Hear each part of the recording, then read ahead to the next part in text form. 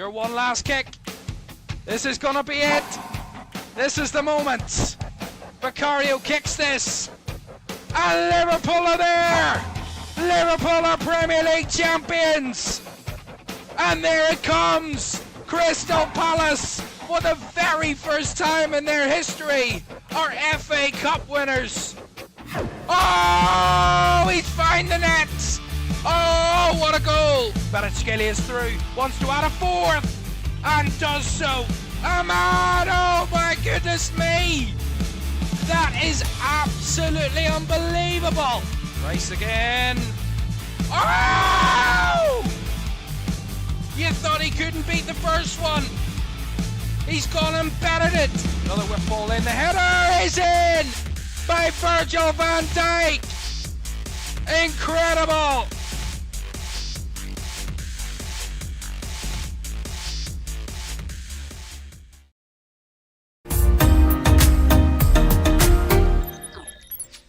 A very good evening. Welcome to Champions League Live and in the penultimate match day of the league phase, match day 7. And tonight we watch two sides hoping to make it into the top 8. One already confirmed in the top 8. We'll tell you about that in a moment and why. And an Inter side back-to-back Champions League defeats, hoping to get back to winning ways, but a tougher task as any against an Arsenal side who've won all 6 of their Champions League games this season. 7 games kicking off at 8 o'clock of our feature game at San Siro, and 6 other games, but 2 early games that were a real turn up for the books and some key decisions made in those games. Club Brugge won by 4 goals to 1 at Caoimhan Ferris. They are the first side, Caoimhan Ferris, to be eliminated from this season's competition.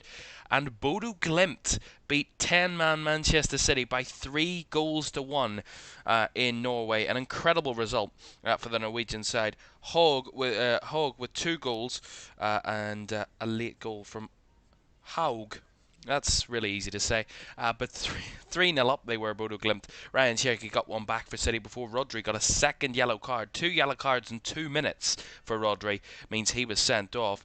And Bodo Glimt winning by 3 goals to 1. Now that result means that Arsenal are automatically through to the round of 16 because they are guaranteed a top 8 spot because of City's loss, meaning that no one outside of the top 8 can overcome Arsenal, can finish above them, which means they qualify for the round of 16, which means they have February off. Of course, the playoffs will take place in February, so Arsenal will be back in the Champions League after next Wednesday in March in the round of 16. In tonight's 8 o'clock games, Napoli head to Copenhagen. Our game is Inter against Arsenal. Olympiacos hosts Bayer Leverkusen. AS Monaco travel to Real Madrid. It's Sporting against the reigning champions PSG. And a big game in North London as Tottenham host Borussia Dortmund, a Spurs side who this week Thomas Frank's come under real major pressure. But the Champions League has been a little bit of a let-off for Spurs this season and a bit of a real good campaign so far from Tottenham. And the final game, Villarreal hosting Ajax there in Spain. So, 7 big games, but none bigger than the one we're going to watch tonight. An Inter side who made it all the way to the final of this competition last year and were quite well beaten by PSG, the eventual winners, by 5 goals to 0.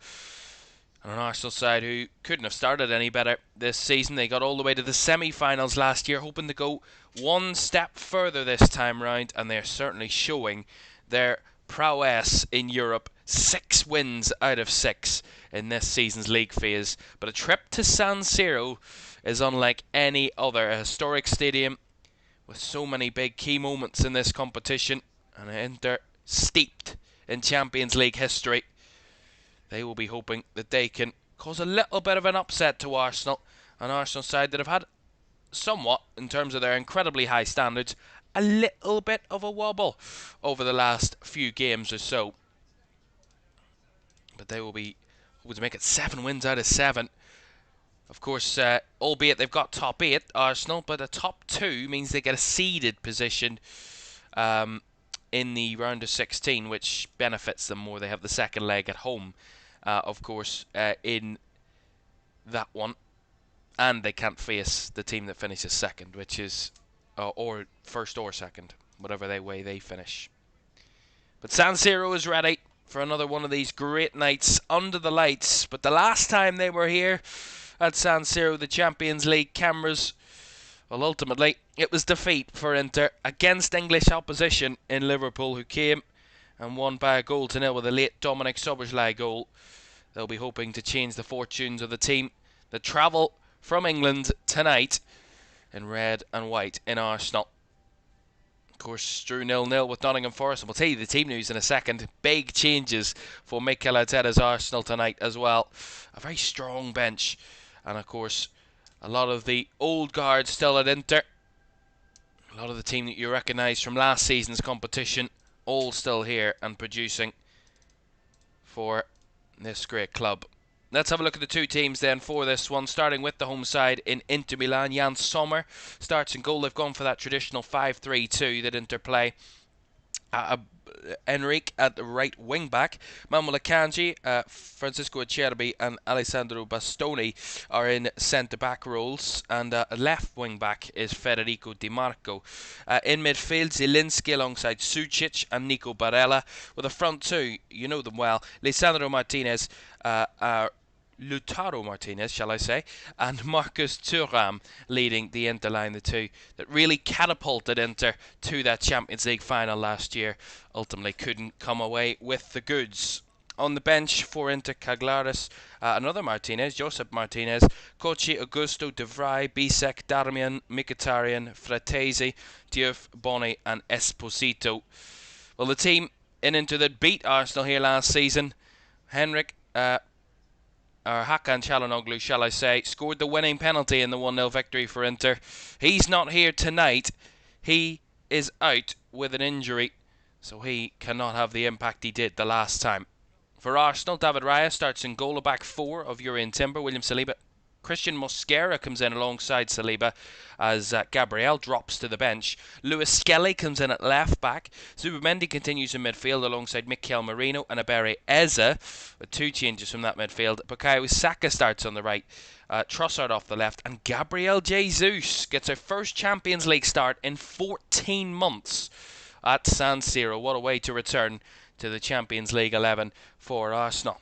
On the bench for the Gunners, a very strong-looking bench as well. Kepa, Setford, White, Gabriel, Odegaard, Rice, Waneri, Norgard, Madueke, Martinelli, Havertz returns, and Gyökeres. If they need to use their bench tonight, Arsenal, they've quite a few options, but something's telling me that team that start tonight might just have a dictatorial role.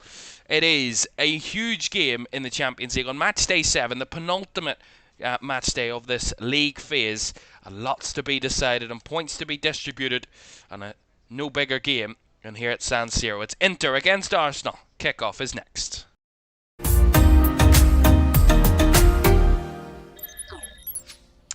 A very good evening. Welcome to Champions League Live for this one tonight at San Siro. Looking forward to this one, and after City's defeat away earlier, Arsenal know the top 8 spot is confirmed. But they want to do even better and do something that no one has done in the league phase so far, and win every single game. That is quite bizarrely a realistic possibility at this point of the campaign. They're in early here. Eze taken down by Jesus. That falls back to Lewis Skelly. And then the follow-up is blocked as well from Merino.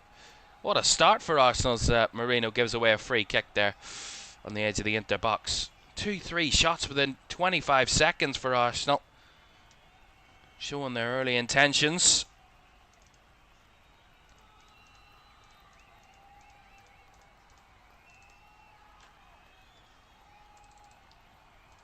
And recent results in the Champions League don't reflect their domestic success this season so far. Inter, they sit top of Serie A by 3 points and in a pretty position in trying to chase a 21st league title for the club.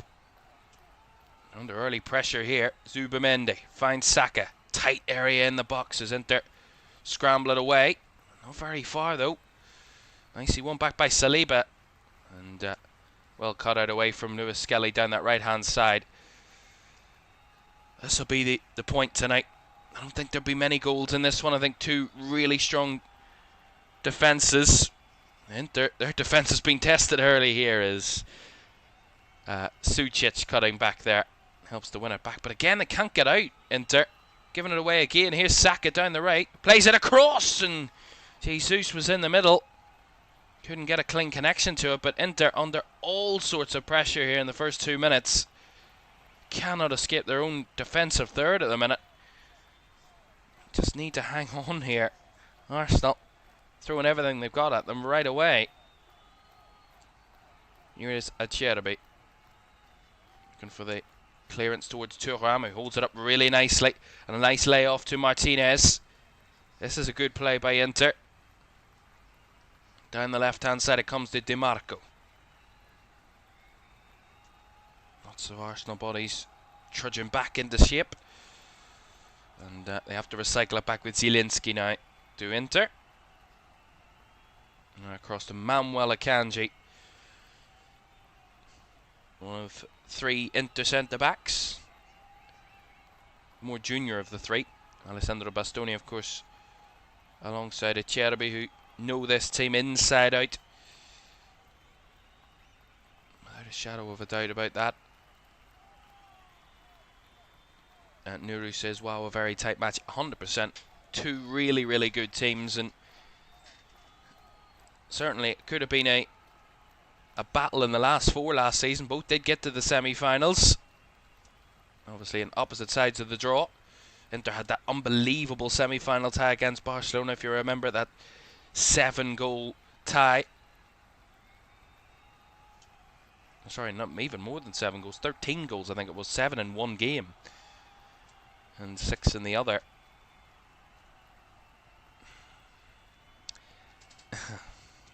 Pressure there on Zubamendi, but he dug it out well and finds Timber down the right-hand side here.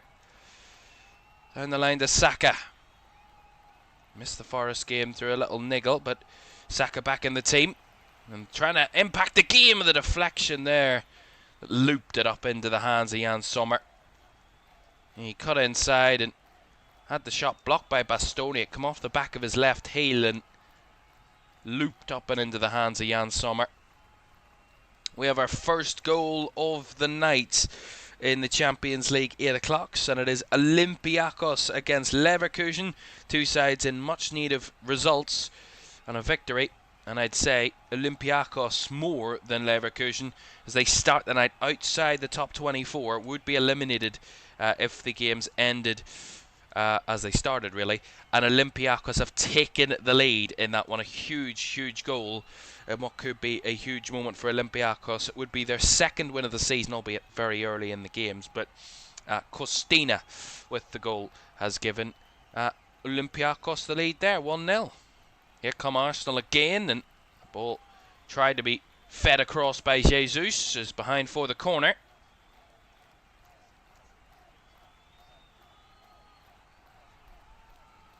Already less than 5 minutes gone, and Arsenal have really dominated the early spell here. What can they do from this set piece? They know set pieces very well, Arsenal. They are, I don't think anybody would argue, probably the best team in Europe at being such a threat from set pieces. Saka will take this corner on the right hand side.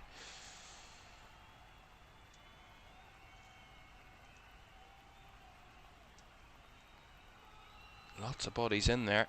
6 Arsenal players in the mix. Left footed delivery, up and away at the near post. Picked up by Eza, but I think the free kick's going to go the way of Inter here, I believe. A little shove. Yeah, shove in the back of Sucic there. Free kick to the home side. Of course, we'll keep up to date with the table right the way throughout the night, because the positions swapping right the way through.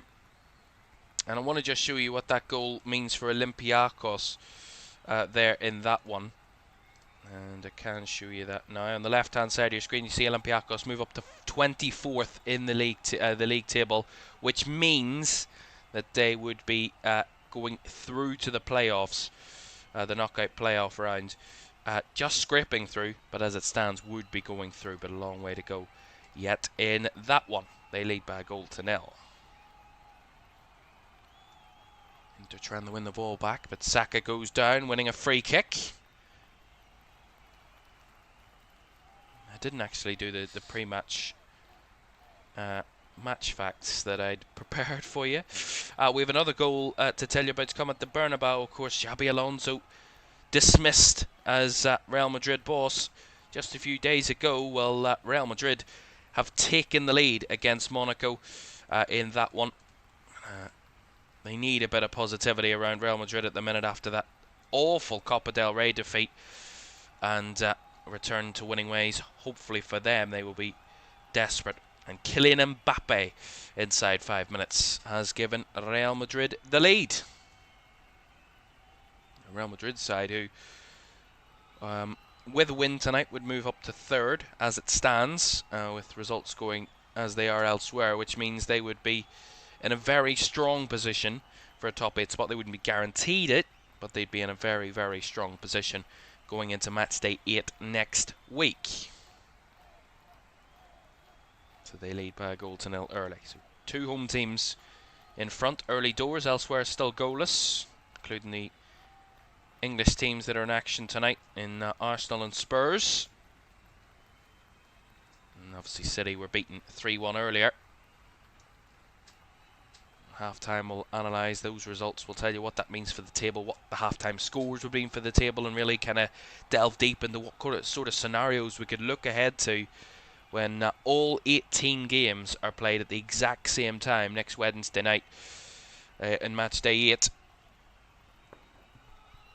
See who will be qualifying, who will be knocked out, and who will get those top 8 spots, and who will top the league phase. Of course, Liverpool topped the inaugural league phase last season, but were knocked out at the round of 16. So it doesn't always guarantee success and a deep run in the competition, but it's nice to have. It's a nice stat, you could say you have.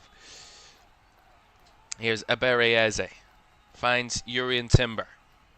Down the right-hand side to Saka. Bodies arriving into the box for Arsenal, but Saka covered up by 2. Does well to cut it back to Timber. Right, Saliba. There's no doubt about it. Inter will be physical. They'll get men to the ball. They'll be aggressive against Arsenal out of possession. It's about how Arsenal use their passing lanes, the triangles, the combinations to manoeuvre Inter into spaces where they can exploit. Here's Eze. Linking up with Jesus. Lovely little 1-2s as it falls for Timber. And poked home by Gabriel Jesus. And it has given Arsenal the lead. A first start in the Champions League in 14 months. And what a return for Gabriel Jesus, who poked that past Jan Sommer. And Arsenal have the early lead at San Siro. See it again here. I said about how Arsenal need to manoeuvre Inter. We see it here as it drives up a little bit. Jesus just kind of steps off. And as he does so, it creates that little gap to allow the opportunity for Timber to pick up the ball. Pokes it towards Gabriel Jesus, who prods it past the goalkeeper in Jan Sommer, who just can't stretch to it. And that's a great start for Arsenal, up inside 10 minutes. And they lead at San Siro by a goal to nil. And no doubt, Gabriel Jesus back in the side, back in the goals. And Arsenal 1 to the good.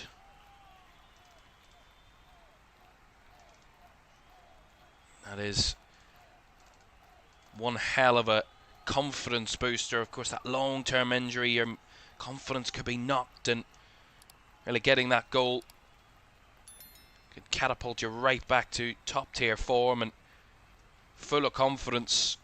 That's an early setback that Inter really just don't need at the minute. As I said about their recent form in the Champions League, and not a good position after winning their first 4 Champions League games of the campaign. They've lost each of the last 2, away at Atletico and at home to Liverpool. 2-1 at Atletico and 1-0 here at San Siro. They certainly wouldn't want to make it 3 defeats in a row. See them drop from, I think, the top 2 they were when they were 4 in a row, them and Arsenal, and would drop to 7th as it stands. But remember, other results wouldn't be going against them per se as of yet. But Arsenal leading is a big result for Arsenal, a big scoreline for Arsenal, and a massive setback for the home team. Here come Arsenal again, looking fluid between the lines. Jesus. Timber. Just about getting it back inside to Saka.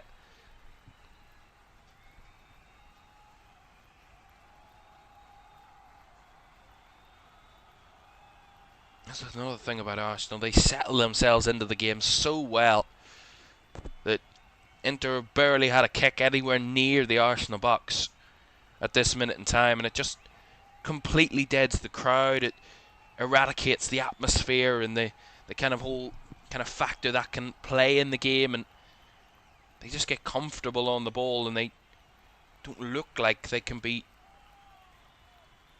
kind of displaced from that.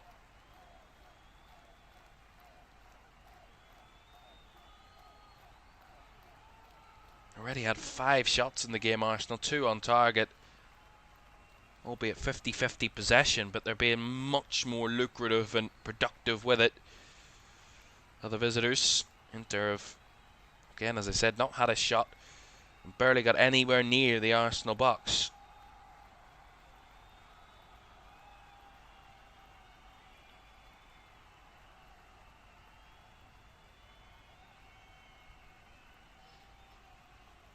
Here's Di Marco. Bastoni.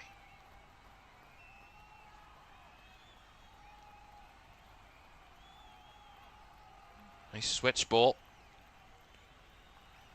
Taken in down that right hand side by Henrik.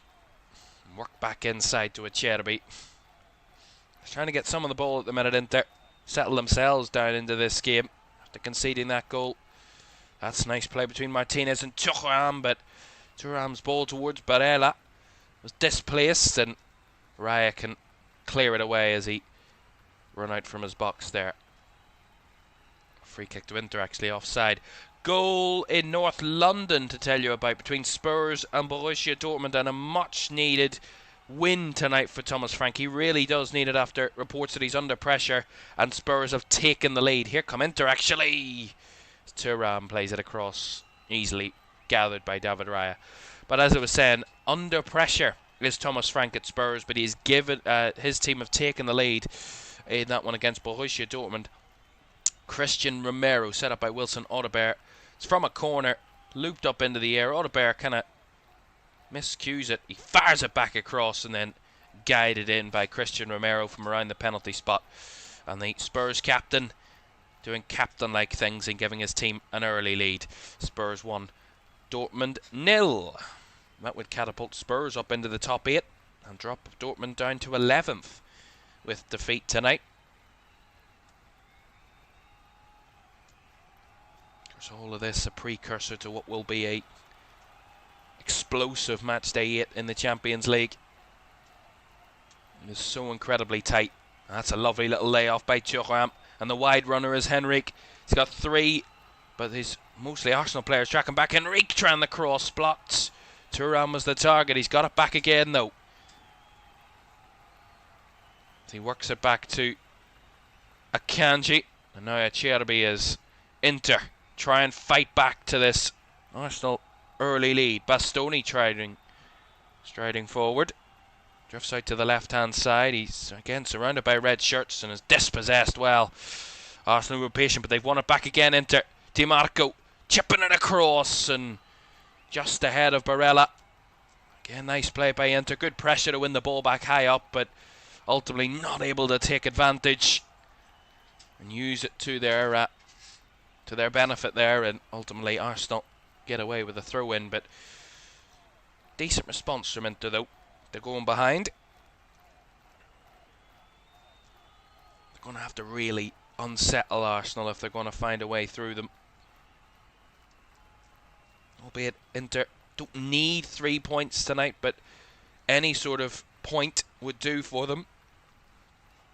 It would mean they would be on 13 points going into match day 8, which would be a decent position to sit in. Albeit they're heading away to Borussia Dortmund, which is incredibly tough. So 2 tough games. If they want to finish in the top 8, they're going to have to perform incredibly well and get a result out of one of them. Well, one back again. Martinez. Thuram tried to shoot first time. Blocked well by Mosquera, I think that was. But again, they've won it back. Arsenal a little bit rattled in the last few minutes, and that's going to be a free kick. Manuel Akanji winning the free kick for Inter. You see it again here. Martinez did well, or Enrique laid it off back to Akanji, who was bundled over by the goal scorer Gabriel Jesus. Of course, both former Manchester City players, those two.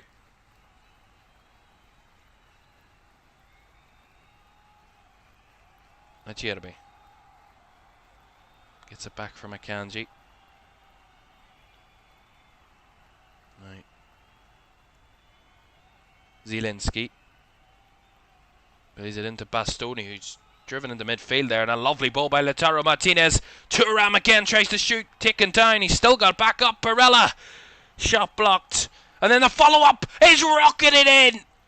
That's one hell of a goal, and Inter are back level.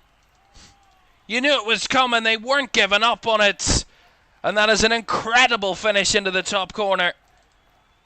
Only that would beat David Raya, and Inter are back on terms.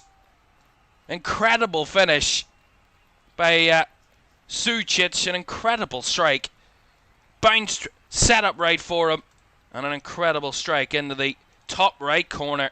See it here, Thuram has a chance. He keeps it alive, does well. Barella tries to work it through towards Lautaro Martinez. That was blocked, but it deflected back to the edge of the area. Sucic caught it so sweetly, right on the edge, struck through it so cleanly, and David Raya, full stretch, couldn't keep it out. Beautiful goal. And he saw it late, I think, David Raya, because Martin Zubamendi was kind of shielding it. But an incredible goal, and that's the type of response that Inter needed. One hell of a finish that was by Sucic. Inter 1, Arsenal 1.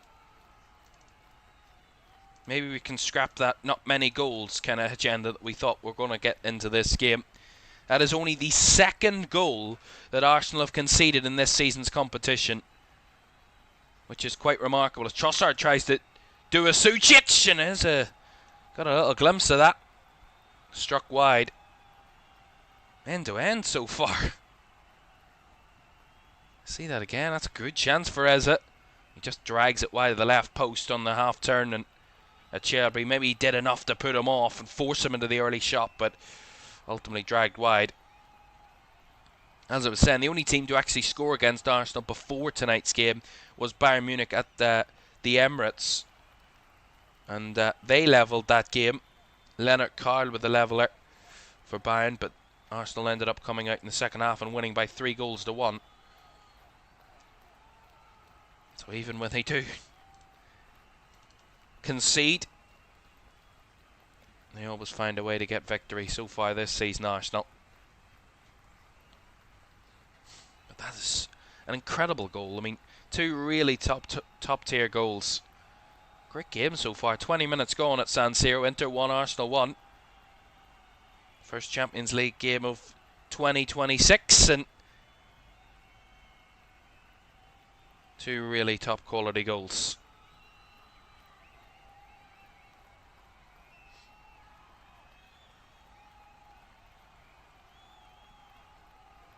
And that's got the crowd back into it here at San Siro, and it just came after Arsenal got a little bit rattled in the last few minutes, giving away a set piece, losing possession in their own half and looking a little bit wobbly. And Inter pounced upon it, didn't give up on their momentum, and ultimately getting that equalising goal that restores parity here. But that's the type of response I'm sure that Christian Chivu would have wanted to see from his team.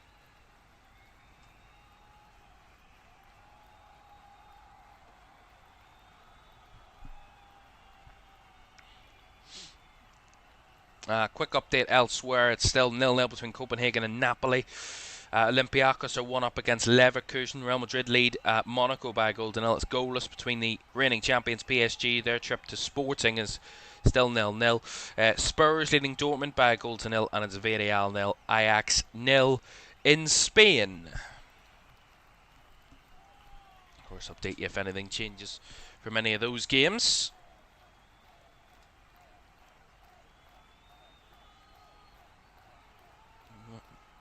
Inter maybe starting to dictate a little bit of the tempo.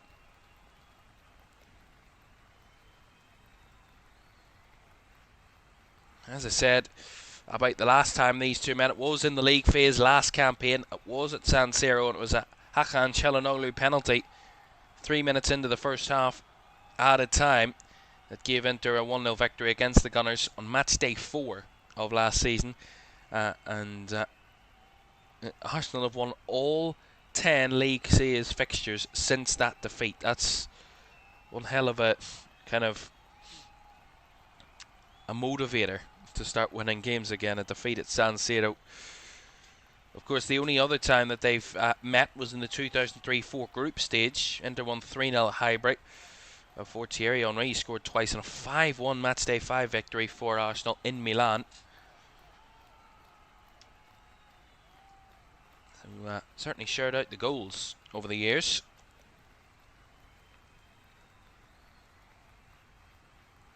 Thuram tussling again with Mosquera. Felt he was held on to there, but just good strong defender by Christian Mosquera as Saliba plays it out to Jurrien Timber. Halfway through the first half, Inter 1, Arsenal 1. Gabriel Jesus gave Arsenal the lead inside 10 minutes before Sucic levelled for Inter with a sumptuous strike from the edge of the box to tie the game. Here is Zubimendi down the line to Trossard. Trossard plays it inside. Lewis Skelly left it. Eze tried to play it back to Marino. Nicely intercepted by Lautaro Martinez, and now Barella. Good fight back again from Inter as free kicks given here to the home team. Eze just a little bit too physical. Our referee this evening, by the way, João Pedro Pinheiro from Portugal. It's his 18th Champions League game that he has refereed. Had some crackers as well. The 3-2 Marseille victory over Union Saint-Gilloise on match day 6.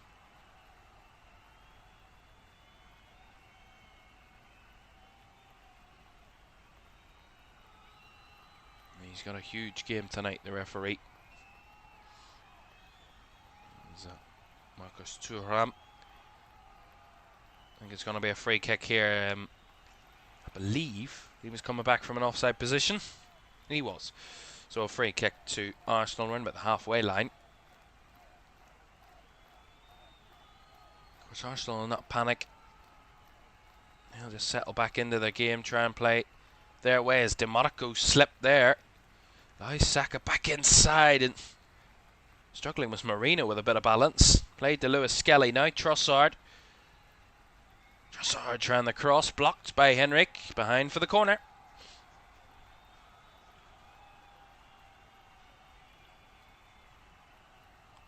There's a big VAR check going on at the Tottenham Hotspur Stadium for a possible red card for Borussia Dortmund Svensson. We'll see what comes of that, but Dortmund could be in real danger of losing a man as well as being a goal down in North London. We'll keep you up to date with that in a moment. Eze to take this corner for Arsenal then on the left hand side. Of course, Declan Rice on the bench usually takes these left sided corners. Eze, right footed delivery, it's cleared away at the near post confidently.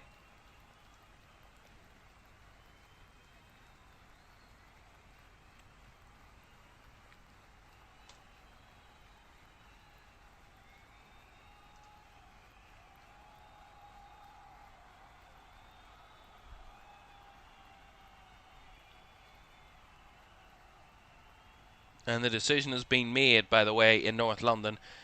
Borussia Dortmund are down to 10. Svensson has been given a straight red card. So it has gone from bad to worse for the German side. Not only 1-0 down, but now a man down as well in that one.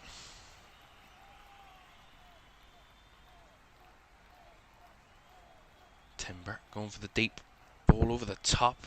Saka was the target. Second ball picked up by Jesus. Takes it down well. Marino couldn't quite link it up with a pass backwards there, and now Inter away on the breakaway. Big chance here. He's got Thuram in his path. Goes for the opportunity. Plays it off. Marcus Thuram didn't catch it right. Scattered over the crossbar. Just kind of swept through it. It was Sucic again on the breakaway. And he got an opportunity to shoot. See this again. Marino just tried to play it backwards and to avoid, I think, Acerbi's challenge. Ultimately, Arsenal dispossessed and Inter right on the breakaway. But Sucic had an opportunity when he cut back inside here. He had an opportunity to shoot. He decided to lay it off to Thuram, who took one or two touches before absolutely sinking it well over the crossbar, and a terrible finish. But Inter on the counter-attack there looked dangerous. Here come Arsenal again. Saka. Good game so far. 27.5 minutes gone. Saka whips a ball in. Up and away by Acerbi. Cleared away by Bastoni as it's picked up by Lautaro Martinez further up the field, who's won a free kick.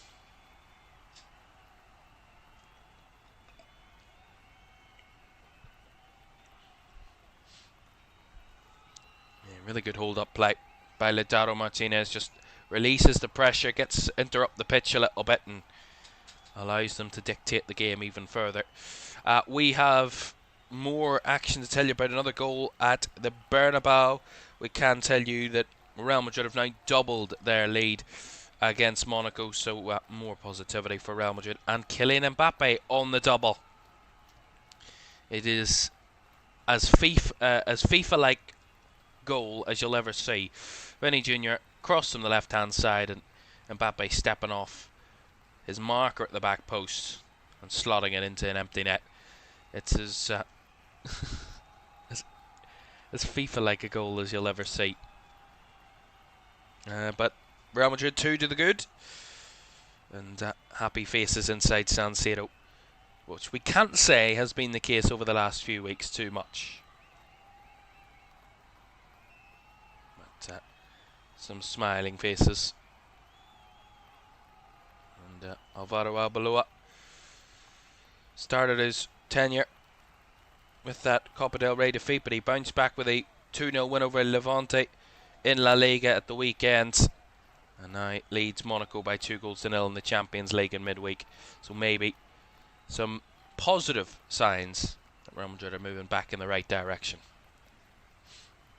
After, of course, the dismissal of Xabi Alonso after less than a year in charge, 6 months, if that, in charge of Real Madrid. But as is the culture with Real Madrid, you don't win, then you're out the door.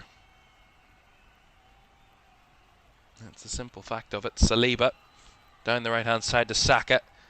Just short of 30 minutes gone. Saka bursting down the right hand side, looking to play it across the 6-yard box. Blocked. And behind for the Arsenal corner. Again, a really good play again from Arsenal, but a good block by Francisco Acerbi, who's seen it all in his day. I mean, literally every single way you could play, he's seen it. And he's probably defended against it multiple times. Another goal to tell you about. It's come between the reigning champions and Sporting, and we'll tell you about that in a moment as we await this Arsenal corner.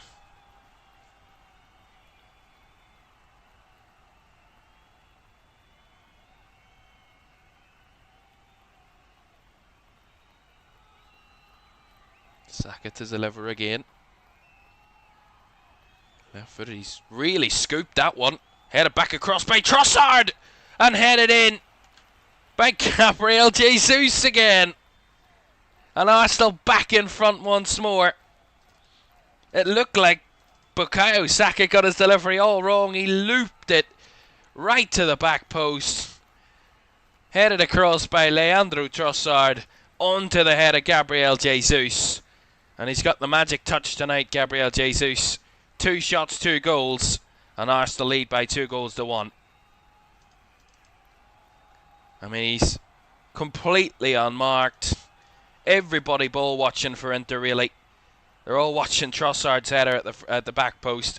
They do not spot the danger in Jesus. And really catches them off guard completely. And Arsenal back in front, and he's on the double. Is Gabriel Jesus. He's on a hat-trick now, quite incredibly.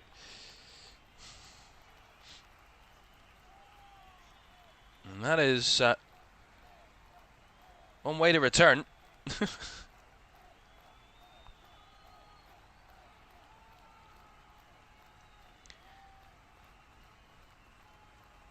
He hasn't scored in the Champions League since the 23-24 campaign, when he scored 4 for Arsenal, of course, in that competition, in that season's competition. And he's now got 2 tonight in this one. Quite incredible.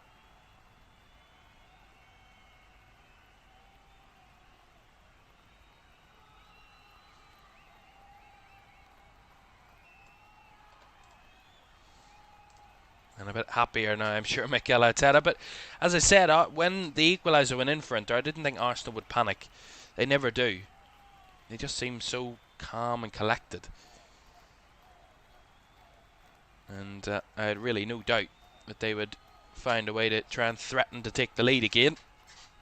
A little bit sooner than I expected, but nonetheless, this game is turning into a real top quality game, because here come Inter again.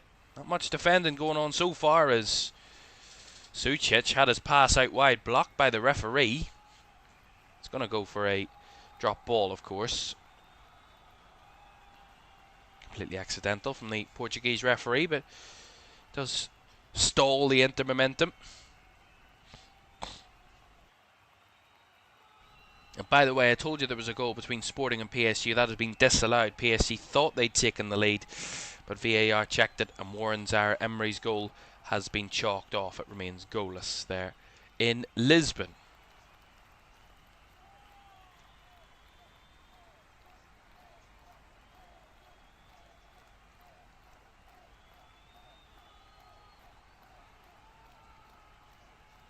A reminder that if Arsenal win tonight, they will not only, of course, they've already got top 8, but if they win tonight, it means there's pressure on Bayern Munich to win tomorrow night, because Arsenal would have a 6-point gap at the top of the Champions League table.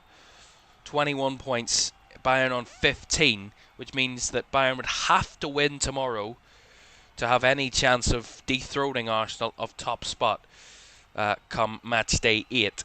Of course, Bayern host Union Saint-Gilloise tomorrow night before a trip to PSV Eindhoven next Wednesday evening. Arsenal, of course, Inter tonight, and then Carried Almaty at home, who are already eliminated.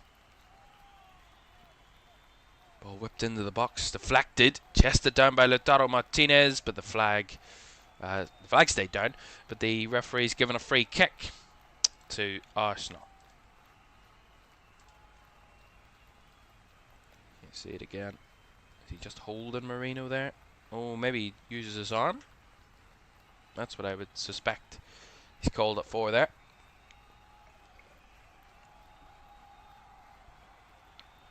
A reminder for you, at half-time we'll go through all of the first half scores. We'll show you what that means for the table, who will be picking up what spots, and of course still another 18 teams to play tomorrow night to see what way they can react to tonight's games and who's going to finish where.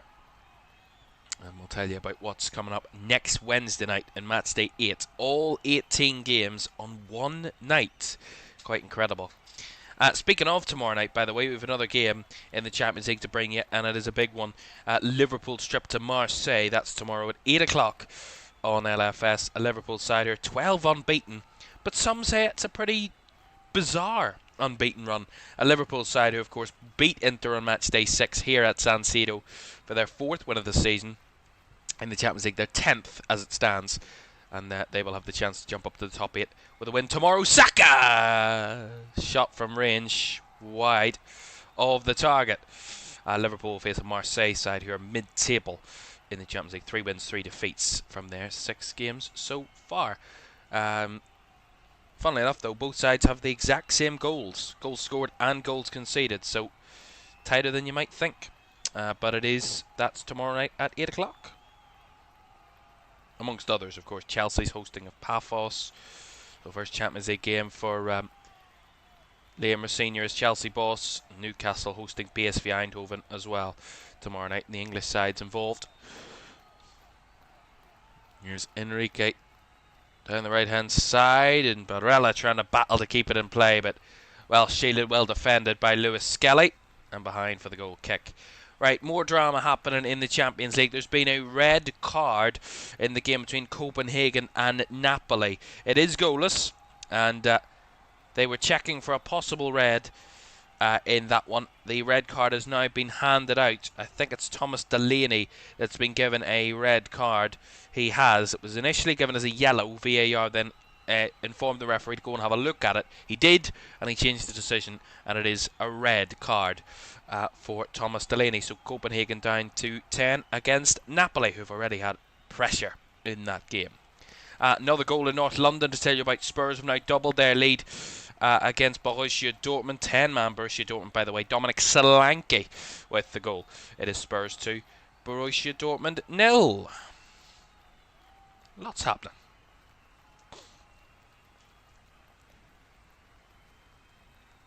Here's Saka.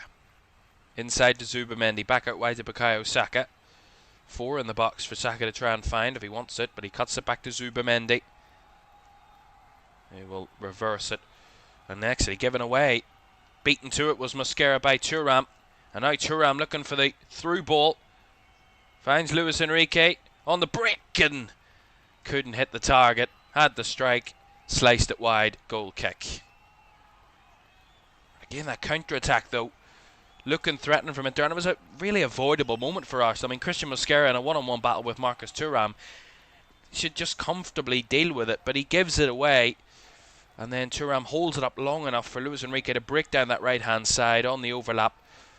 And as he does, he strides into the box and just can't get a shot on target. It's a pretty poor finish. But again, that counter-attacking threat is still an issue for Arsenal to deal with.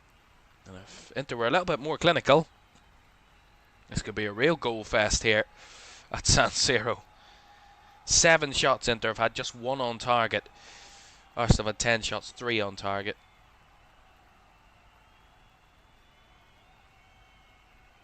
Saka breaking down the right hand side. It's end-to-end stuff here at the minute, as Akanji has to take an evasive header and put it behind for the corner. Or actually a preventative header, I would call that, just to prevent any danger, and puts it behind for an Arsenal corner. Their 4th corner of the game.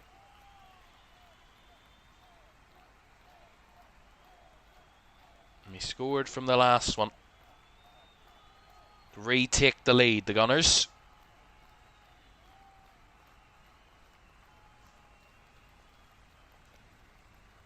All eyes surely will be on Gabriel Jesus, who's been the main threat for Arsenal in the box tonight so far. 2 goals. He will be the main focus, I'm sure. Saka to take this corner. Again, everybody at the back post will drift into the 6-yard area. Saka lofts it into the area, punched away by Sommer. And there's a free kick anyway, as I think there was a foul on Jan Sommer. So a free kick to the home team. See it again here, what actually happens, because I just saw the clearance from Jan Sommer. Whether he's clattered as he does, he is. Yeah, Mikel Merino just charging in there and just clatters into Jan Sommer. Definitely a free kick. Tried to be kind of discreet with it there, Mikel Merino, but the referee had it well spotted. Right, so far it's been a pretty busy night in the Champions League. Lots of goals around the grounds. We have another one to tell you about, and a couple of red cards as well in the game. That there has been a red card, and very recently Thomas Delaney, of course, shown a red for Copenhagen, and that has directly impacted what is going to happen now, because they have gone down to 10 and now a goal down at home against Napoli. Scott McTominay, who's absolutely tearing it up at Napoli this season, he's got another goal, and Napoli lead by a goal to 0 in Denmark. It's actually his first goal since he scored 2 at San Siro, Scott McTominay, a few weeks ago. So he's back in the goals again. So here come Inter on the breakaway. Martinez couldn't hit it the first time. He might have a follow-up. He doesn't really take that one either. And Arsenal just about get it back to David Raya, but Trossard, I think, has gone down. Another issue for the Gunners. Here's another quick look at the top of the table. Arsenal winning, Real Madrid winning, PSG drawing, Spurs winning, all moving up places. PSG actually dropping down below Real Madrid with their draw at the minute, but all those teams trying to solidify top 8 spots. But Inter losing and Dortmund losing, they drop down. Inter at the moment will stay inside the top 8, but of course Atalanta still to play, Atletico, Liverpool, Newcastle, Chelsea, Barcelona. So real pressure on those teams in and around the top 8. And so far, so good for the league leaders, and probably right now the best team in Europe, which are Arsenal. They just look so in sync, so composed, comfortable in any situation. Just look unfazed by any sort of possible setback, and right now looking like one of the best teams in Europe. But of course, it's not about peaking in the early part of the season. It's in the knockout rounds becoming the best. Here's Suchek, he's won it back again. He wants to have another shot. He's actually faked it, laid it off to DiMarco, who forces a good save out of Raya. And then the rebound bounces back for a corner. Again, really good from Suchek. He's really dictating the way Inter play this evening, and quite incredible. Again, he readies up for the shot. He baits Zubamendi into it. He cuts back to find DiMarco on the overlap down the left. He plays it across first time, blocked by Raya. Then again comes back to DiMarco, who fires it across, and Raya puts behind for the corner. But really good play by Suchek. He's really strong in that Inter midfield so far. There for the delivery into the box, up and away by Saliba. Cleared further by Trossard as Enrique picks it up. Feeds it out to the right hand side for Barella, who's been quiet in this first half. Nico Barella. Enrique back on the ball. Barella wide. Barella chips it across and all the way through. And David Raya was in no man's land there. Had no chance if anybody got contact to it in Inter colours. Again, Inter trying to pose another bit of pressure before the half-time interval. Zielinski drifting through the Arsenal midfield. They laid it off and half cleared as Saliba is going to get a free kick here for Arsenal. Again, the Arsenal midfield, no disservice to them at the minute, but they just look like they're lacking that physicality with the Inter midfield, and it is really causing them issues when Inter can get there, the kind of key players on the ball. And Suchek tonight, Petr Suchek, has been quite sensational in that Inter midfield. He's already got his goal, but just more than that, his drive to carry Inter forward, his kind of vision to work them into really good positions. And that last moment where he faked the shot and then laid it out wide to DiMarco, who was completely unnoticed again by Arsenal. The vision and the kind of intelligence to make those sorts of moves, quite incredible. Just 1 minute of additional time, by the way, for the first half, and albeit if Inter do trail, which it looks likely they will at half time, it's not the end of the world. They're still very much battling in this game, but it could come down to substitutions to decide who will be going where and who will be coming away with the points here tonight, because I have to say, albeit Arsenal leading, but it's been a very well fought, very closely fought first half, I'd have to say, and both teams could stake a claim that this game should either be level or they're leading. And certainly a very, very good first half. A really top quality Champions League game so far.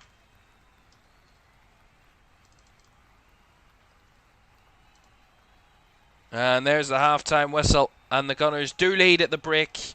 A Gabriel Jesus brace either side of Petr Suchek's quality goal has Arsenal leading by 2-1 at the break. Jesus, his first Champions League start in 14 months, and he's got on the double in the first half. He's on a hat-trick going into the second half, but it is a half-time lead for the visitors, and Inter staring down the barrel of 3 Champions League defeats in a row after a 4-game winning start to the season.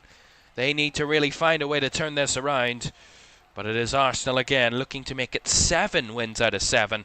We'll find out what happens when we come back. Second half between Inter and Arsenal on the way very shortly, as Arsenal lead by 2-1 at the break.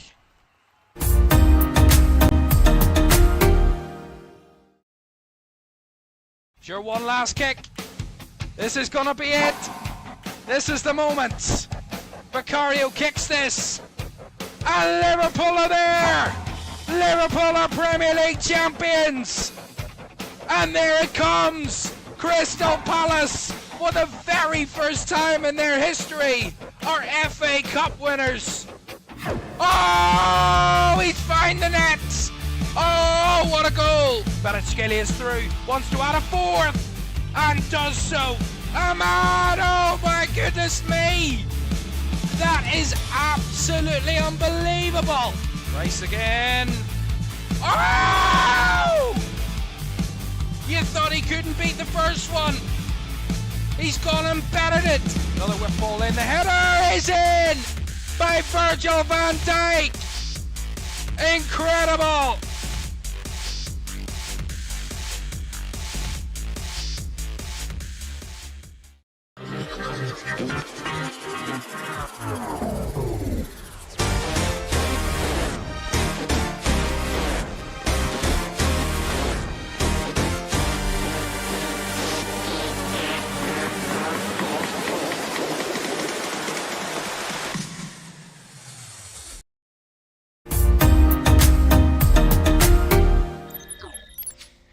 Welcome back to Champions League Live, half-time at San Siro. It's Inter Milan 1, Arsenal 2 at the break.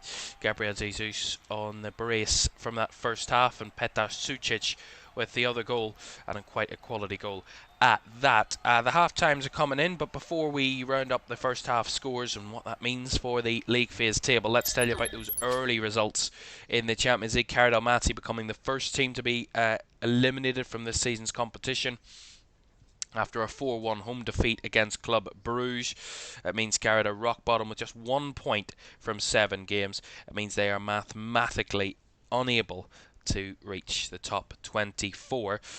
It was 4-0 that Club Bruges led. It was a late Kairat consolation that really ultimately ended their season. Stankovic with the opener. Van Aken doubled that lead on 38. Vermont then made it 3-0 on 74 before Michele added a 4th on 84 minutes, which was a dominant display from Club Bruges. In the end, a late consolation from Adelit Sarabekov, but ultimately defeat and elimination for Caoimhan. But they gave it a good go this season in the Champions League. Their debut in the competition, but they are out with 1 game to spare, and a dominant display from Club Bruges sees them move up to 25th, so they're in the mix to going into match day 8, but need a couple of results to go their way.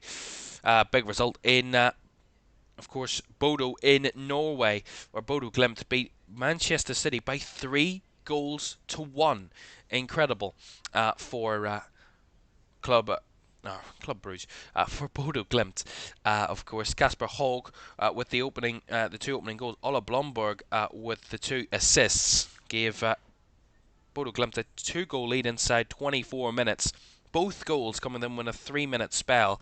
It was then 3-0 when Jens Petter Haug made it 3 on 58.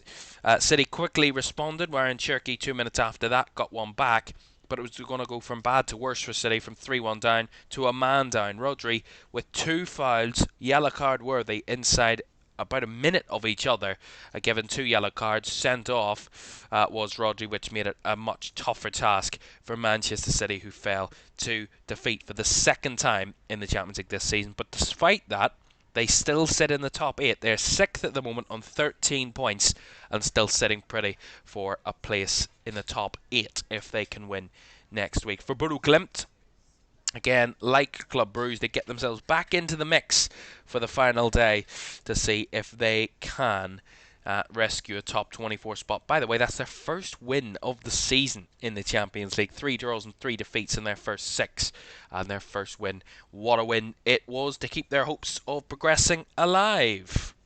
Right, all 7 games that kicked off at 8 o'clock UK time this evening are at the break, so I can recap them for you. There's been 1 goal since we last updated you. Olympiacos doubled their lead against Bayer Leverkusen, but we'll talk all the way through it in a second, and we'll talk, of course, how that means, and what that means, shall I say, for the league phase table. We'll start in Copenhagen, where Copenhagen lead trail by a goal to nil against Napoli. Initially, it really was a quiet first half. Napoli were dominating the game, but really not much goal-mouth action, and the real game-changing moment came when Thomas Delaney was initially shown a yellow card by the referee. VAR recommended a review, and it was upgraded to red. So Thomas Delaney sent off, and within 4 minutes, Napoli had taken the lead against the 10-man Copenhagen. Scott McTominay, quite incredible what a season he is having at Napoli. Scott McTominay looking completely new and revived. His 4th Champions League goal of the season meant it was 1-0 to Napoli. That is what the score is at the break, and a big goal from Scott McTominay. A Napoli side who have been up and down in the Champions League this season, but they're moving themselves up in the table. We'll tell you where they are. Copenhagen outside the top 24, but still within a chance, even if they lose tonight, of going through next week. In our game, it's Inter 1, Arsenal 2. Of course, we already told you that Gabriel Jesus opened the scoring after 10 minutes. Petar Sucic with an incredible equalising goal to level things on 18 minutes before 31st minute gone. Gabriel Jesus with his 2nd of the night. As we always say, it's like London buses. You never see one for a long while. He was out for 14 months without a Champions League start, and once he returns to the goals. And Arsenal are 2-1 up at the break. We told you about that 2nd goal for Olympiacos, that they'd scored a 2nd goal, but I hadn't explained it to you. But I'll tell you now in a second. They took the lead early in the half. Olympiacos, after just 2 minutes, they had the first goal of the night. Costina with the opener after just 2 minutes. And the 2nd goal coming in the 1st minute of additional time. Mehdi Taremi with the 2nd, doubling Olympiacos' lead. And what a season Olympiacos are having in the Champions League, looking like they could possibly be progressing to the knockout stages. They lead Bayer Leverkusen by 2-0 at the break. Speaking of a 2-0 scoreline, it's 2-0 to Real Madrid at the break at the Bernabeu at the moment against AS Monaco. Kylian Mbappe scoring against the club from his home country. Or is that a little bit kind of testy to say that? Nonetheless, Kylian Mbappe on the double for Real Madrid are looking much more bright and shiny at the Bernabeu than it has looked in the last week or so, after they were knocked out, of course, of the Copa del Rey. But looks like they're heading for back-to-back wins under their new interim boss, of course, as we know at this minute, Alvaro Arbeloa. But who will take permanent charge, we'll find out, I'm sure, at some point towards the end of the season. But Real Madrid 2 to the good at the break. It's goalless between Sporting and PSG. PSG thought they'd taken the lead, the reigning champions, when Warren Zaire-Emery found the net, but VAR checked it and ruled it out. So it remains goalless there in Lisbon. It's all happy and smiley for Spurs in North London. They lead by 2-0 against 10-man Borussia Dortmund there at the Tottenham Hotspur Stadium. And under pressure, Thomas Frank. But his team would be in 5th in the Champions League table if this stays as it is. With 4 wins out of a possible 7 and just 1 defeat. So it's quite a positive season for Spurs in the Champions League.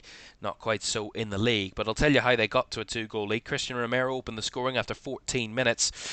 Then Svensson was given a yellow card for a late challenge, but that was upgraded after a VAR review to red. So Svensson sent Dortmund down to 10.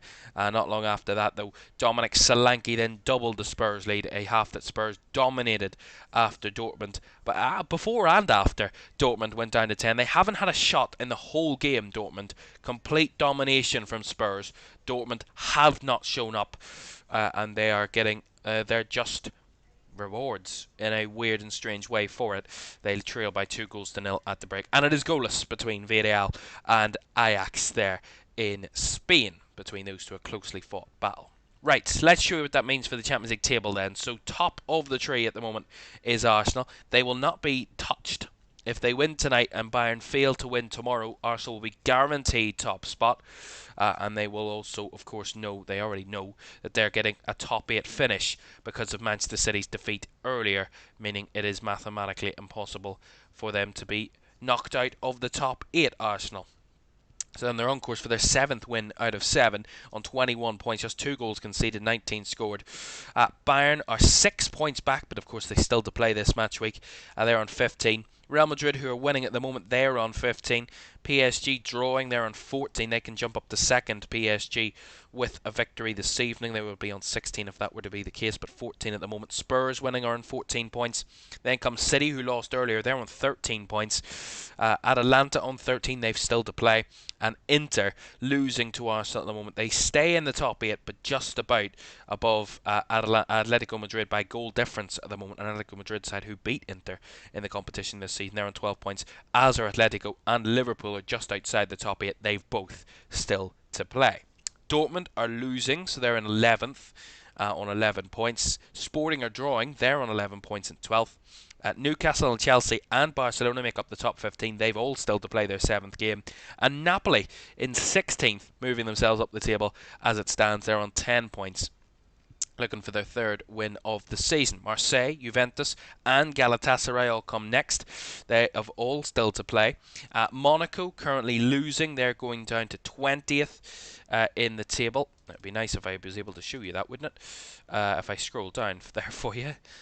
There we go. So Napoli not Napoli, they're 16th. Where was I? Yes, Monaco 20th on 9 points, as are Leverkusen. Both sides, of course, are currently losing, so they can turn that around and move themselves up the table. PSV still to play.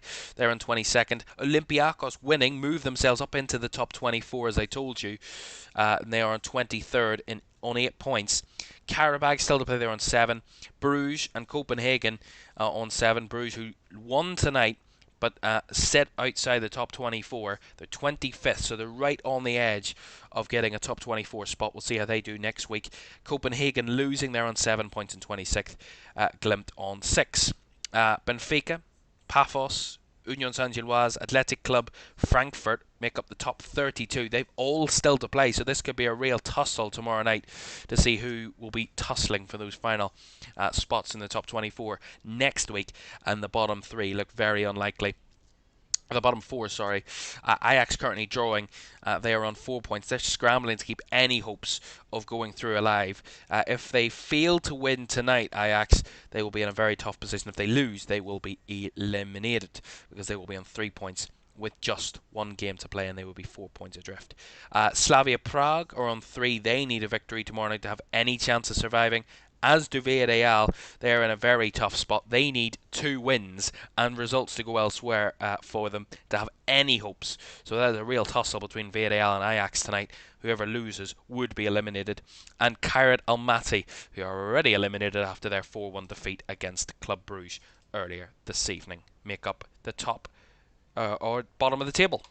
Right, that is a full recap of all of the spots on the table, and of course who is going where and who is currently sitting where in the table at the moment. The second half between Arsenal and Inter is on the way in a moment, but a recap for you. Arsenal, the only team to win all 6 league phase games. Inter have won 4 of their 6 league phase games, but have lost the other 2. Back-to-back defeats in their last 2 games. They last met these two last season in the league phase, of course, I told you, 1-0 at San Siro. Hakan Çalhanoğlu with a penalty. Inter, last time out, lost to Liverpool at San Siro on matchday 6, 1-0 to a Szoboszlai penalty. And Arsenal beating Club Brugge 3-0. Madueke on the double and Martinelli scoring the other in a 3-0 victory for the Gunners. Second half at San Siro on the way next.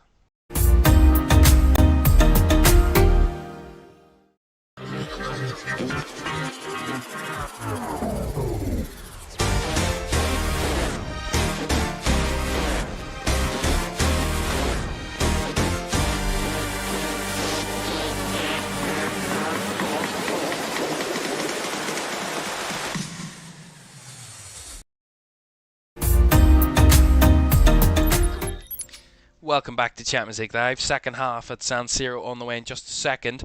A reminder for you that we've more Champions League action tomorrow night. Marseille hosting Liverpool in France tomorrow at 8 o'clock. A Liverpool side looking to jump back into the top 8 with a victory. Another big away game for the Reds. And Arne Slot's team on a 12-game unbeaten run. But Marseille already in the mix too. They will want to fight for all 3 points. Right, that's tomorrow night amongst 6 other games that will kick off at 8 o'clock tomorrow, of course, including 2 English teams at home. Chelsea taking on Paphos and Newcastle hosting PSV Eindhoven. And we'll keep you up to date, of course, as always, with all of those results and scores tomorrow night. So far, tonight has been very entertaining. So if you don't want to miss anything in the Champions League between now and the final at the end of May, don't forget to like, subscribe and turn on post notifications if you haven't done so already. That will be greatly appreciated. And thank you all for joining us tonight for this one. So far, Arsenal leading by 2-1. Gabriel Jesus on the brace. Either side of Petar Suchic's goal.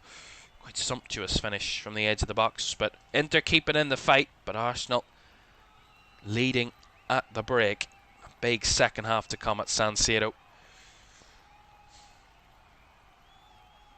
As Inter will get us underway. Kicking from right to left, Arsenal from left to right in the second half. In a first half that ebbed and flowed, both teams had their opportunities.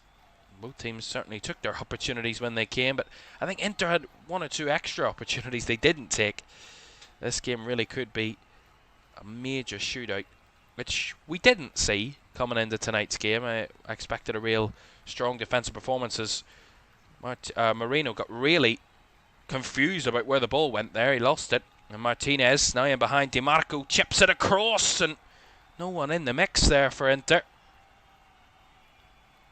Thuram was making the run, but he made a run across the front post. The ball came across the back post, and ultimately Inter unable to capitalise upon another Arsenal mistake.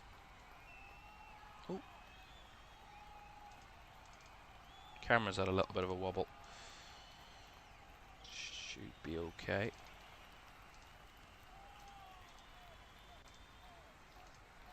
I do apologise for that.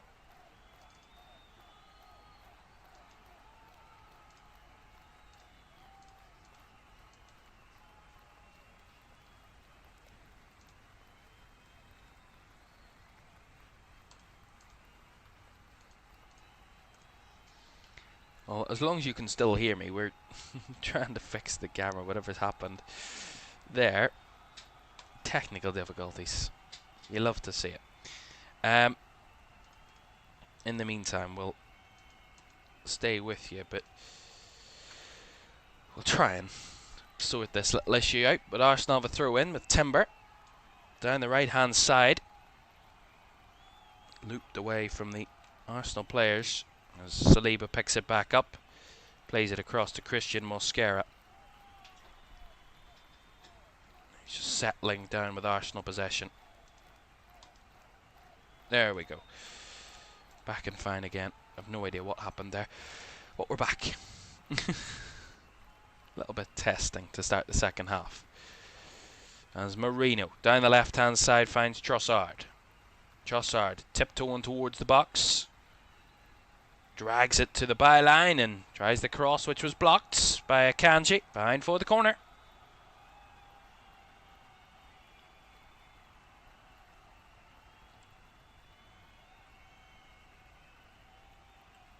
Second half's just getting underway around the rest of the games in the Champions League tonight. And we've already had a first goal of the second half. We'll tell you about that in a moment because it's coming, that game between Villarreal and Ajax, a huge game. Either one of those two teams, whoever loses, will be either confirmed eliminated or all but eliminated, really. Corner for Arsenal, though, as it a take. Right-footed, swung in from the left, and the header is up and over. And it was Martin Zubamendi that had the last contact there, say the officials. Goal kick. Say it again. Oh, it looked like it came off Marcus Thuram. Yeah, it looked like it came off Thuram last, and when you get a thumbs up from the defending team, I think you know that you've given the wrong decision. I think that should have been another corner. Sommer with a clearance from the goal kick. Chested down by Thuram. Really good hold-up play by Thuram tonight as he lays it out to Enrique on the right-hand side. Works it back to Akanji. By the way, I told you about a goal between Villarreal and Ajax, and it is the home side that have taken the lead. The Yellow Submarine seem to be sinking Ajax's season at the moment. A goal from Tani Oluwase? Apologies for the pronunciation of that. But Villarreal have taken the lead in that one. A huge goal. That could be huge for Villarreal, but they need all sorts of help as well as leading and winning that game. That would all but eliminate Ajax. I believe it might eliminate Ajax, if I'm not mistaken, because they would be 4 adrift of 24th with just 1 game to play. Here come Arsenal. Saka down the left for Trossard. Trossard chops onto his right foot, as well shielded there as he drifted inside by Manuel Akanji, who wins it back. And back to Francisco Acerbi. Really smart from Inter again, and Manuel Akanji very well anticipated that cut inside from Leandro Trossard and had it well covered. Here's Zielinski, Sucic, Di Marco. Down the line it goes, too heavy for Sucic and not enough for Thuram, so Arsenal recover. Saka, Marino, played it into Eze, who's gone central. Eze will shoot and try to tuck it in that bottom left corner, but easily caught by Jan Sommer. Wasn't much power behind it from Eze. More of trying to guide it into the corner rather than fire it past the goalkeeper. And he just didn't get enough power behind it to take it past Jan Sommer. Lautaro Martinez, great switch ball out to Enrique on the right hand side. Not many options ahead of him as he has Barella. Lays it back to Akanji. Now Zielinski. I think if I was Inter, I'd want to get Sucic back on the ball more in those dangerous positions, drifting forward from midfield. Here's Zielinski. Patience from Inter. Bastoni. Back to Zielinski. A little bit of room here. Feints it in behind Barella with a back heel, trying to find Di Marco, but well, snatched upon by Timber, who clears, but Inter fight back. Bastoni committed in a challenge there, and ultimately Jesus winning a free kick for Arsenal off Nico Varela.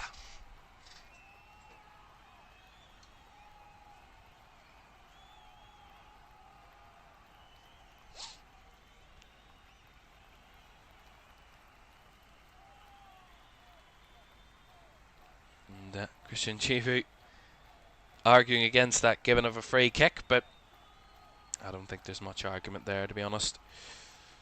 It was a foul.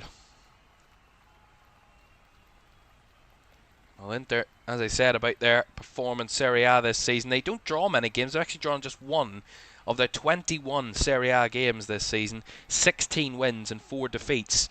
Just the 1 draw. 49 points out of a possible, from their 21 games, shall I say. They lead 3 points ahead of course, local rivals AC Milan at the top of Serie A, and reigning champions Napoli are in the mix too as well there in that one.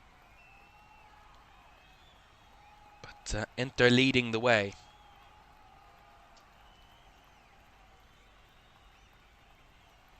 Actually, 3 of the 5 times that Inter have dropped points in Serie A this season have come at San Siro. At home, 1 draw and 2 defeats out of their 11 home league games. I mean, that's still an incredible record, but goes to show that they're not impenetrable at home. Lautaro Martinez dribbling in the box. The ball's dropped here. Well blocked. Enrique tried to follow in, but Lewis Skelly got something to that. They wanted a penalty here. Lautaro Martinez went down, and the ball's out of play. Still down here, the Inter captain. We'll see it again. Dribbles into the box, and Saliba, does he leave a stray leg out? I think he does. Is it Mosquera as well from behind that clatters him? I think that's a foul. I mean, a stray leg by Saliba, or does he get to the ball? Is the question. Does he make a play onto the ball? If he does, then... Oh, I think he misses the ball. I mean, it's a stray leg from William Saliba. It's a little bit sloppy, but I think it'll go unpunished. I don't think there was major contact, but it was a dangerous one for William Saliba, though. Stray leg that could have really caused much concern, but nonetheless, we play on. Thuram held up well again, but not given many options to lay it off, and Zubimendi is there to nick it away. Again, no room for Arsenal to manoeuvre as Gabriel Jesus gets a little bit lippy with the referee, but not getting the free kick. Here's Di Marco. Back with Bastoni.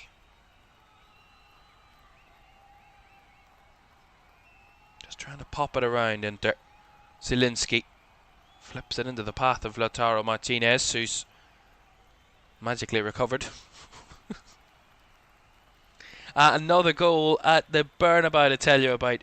It was all plain sailing for Real Madrid. From the first half, they were 2 goals to the good. Well, they are now 3-0 up. And Vinicius Jr. with his second assist of the night. He's got set up the third goal, which has been scored by Franco Mastantuono. I've never heard of him, no disrespect. But a third goal for Real Madrid. And they should be cruising their way to 3 points at home in that one. 18-year-old Argentinian, that's why I've never heard of him. So another youngster scoring in a huge game for Real Madrid, and they lead by 3 goals to 0.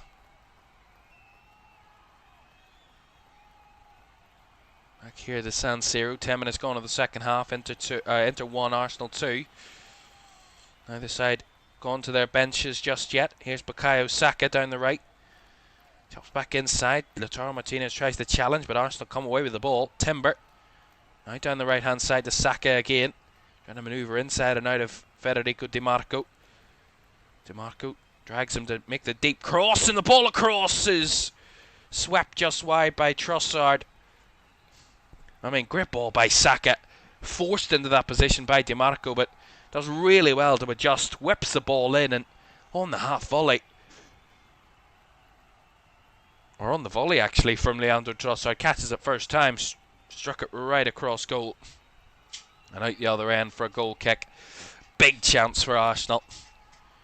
And a great delivery by Bukayo Saka that just couldn't be driven home by Leandro Trossard.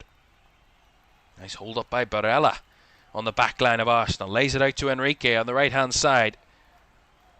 Enrique plays it into Martinez. Switches it back out wide to Barella. Battling with Lewis Skelly, and ultimately comes off the Inter man last goal kick. Showing more fight in this second period again. Inter to try and get back on level terms for the second time of the night. 22 shots in this game. 12 for Arsenal, 10 for Inter. 3 for the home side, 4 for the away side on target.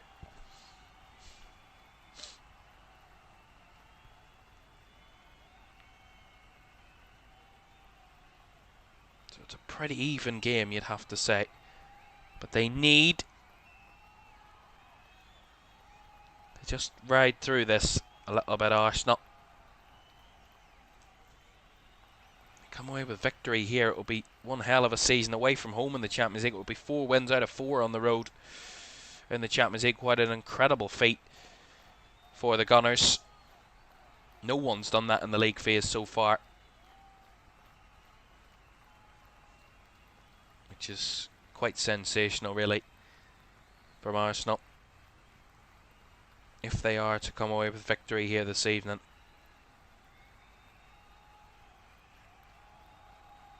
Previous 3 away games, they've actually not conceded in any of them. Athletic Club, Slavia Prague and Club Bruges. 2-0, 3-0, 3-0. This one a much tougher task, as you would expect. Here's Thuram from distance.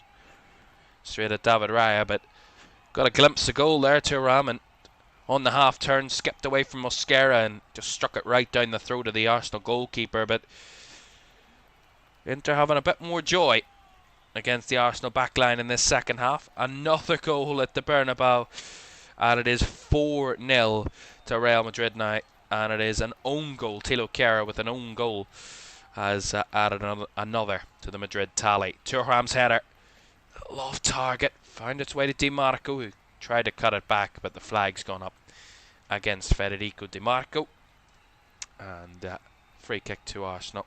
Yeah, from the Thuram header, he's just offside there, Di Marco. As I was saying, a fourth goal for Real Madrid, dominating that game and putting that confidently to the scoreline.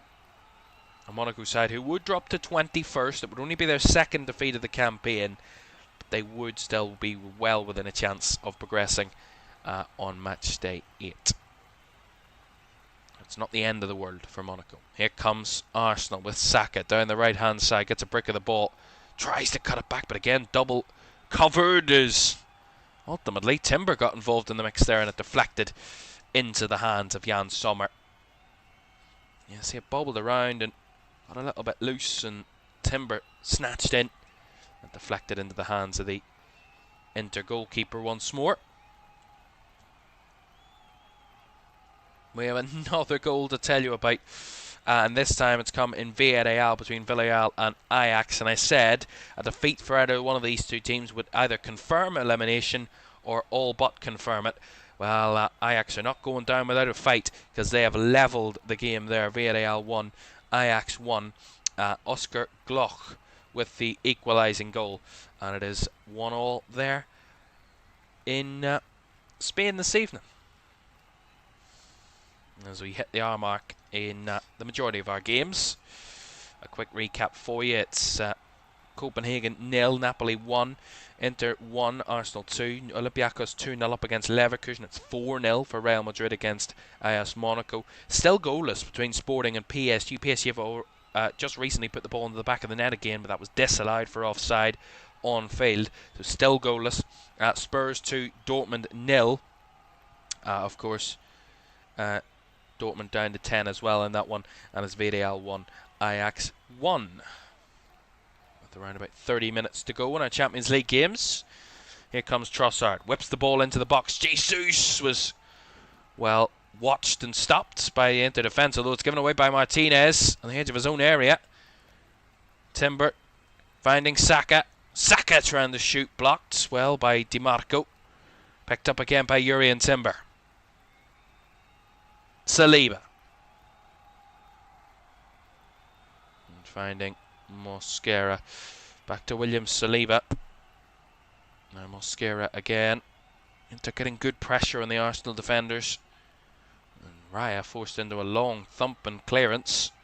It's Saka's trying to sneak round the back of a Cherby, but the experienced man dealt with it well.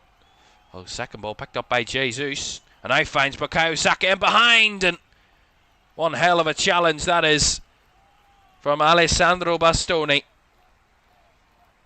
Bukayo Saka played in beautifully by Jesus, and one incredible challenge from Alessandro Bastoni, sliding in. He gets it wrong with the penalty, but he gets it absolutely right and puts it behind for the Arsenal corner. Incredible tackle.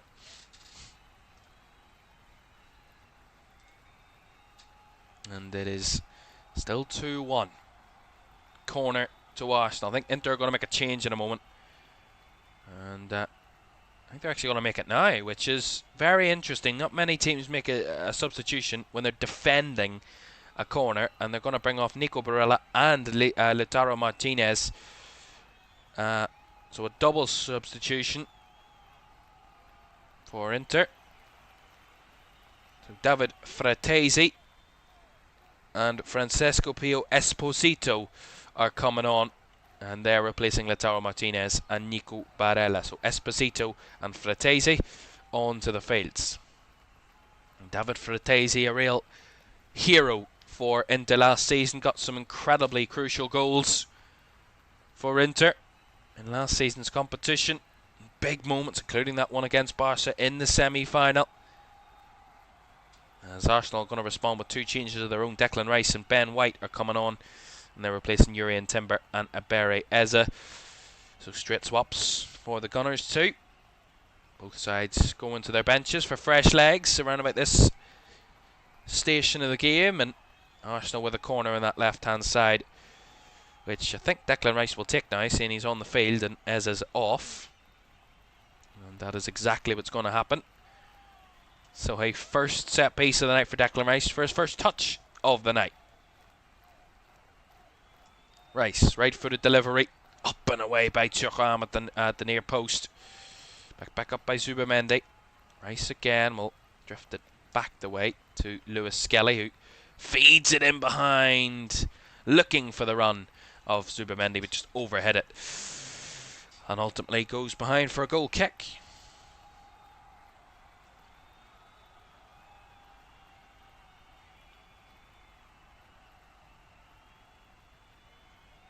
Ball played out to Di Marco. Forced into the path of Esposito, who wins a free kick for Inter. The referee quickly giving a set piece, and rightfully so, Mosquera just a little bit late. Just bundles over the Inter man. That ball over the top was targeting the run of Fratesi, but well dealt with by David Raya. Well, at the minute, game's had a little bit of a limbo period. It takes one moment for either one of these two teams to get the next big moment in this game, and whether they take it or not, it will be the big question. Can Inter level this game, or can Arsenal really take it beyond Inter's control? As that's going to be a free kick to the home team. Sucic challenged by Marino. He's been quiet in the second half, Petar Sucic, whether Arsenal have just marked him out of the game or not, but he's not been able to get the ball in spaces that he did in the first half. Maybe Arsenal just made a half-time adjustment just to isolate him out of this game a little bit more. Be a little bit tighter in midfield, because they were getting probably run rings around when he did get on the ball. Here's Fratesi down the right side. Back to Enrique. And comes back to Akanji now. Cherby. Cross to Bastoni. Down the left comes Di Marco. Deep cross from Federico Di Marco. It's a little bit too deep, but it's guided back in by Fratesi. Cleared away. And Enrique wins the throw in down the right flank for Inter. Starting to push a little bit more now, the home team. It's now 5-0 to Real Madrid at the Bernabeu in the Spanish capital. And it is Vinicius Jr. A couple of assists tonight. And he's added a 5th goal to the Real Madrid tally. Big chance here in this game. Esposito on the half turn. Got a good shot at goal and just wide of the target. Beautiful on the half turn. Holding off Mosquera, who's really got a good grip of him. Just gets that glimmer of space and shoots a goal. And Esposito right in the mix and trying to cause Arsenal some real issues at the back. Wasn't too far away from getting that one on target. Esposito.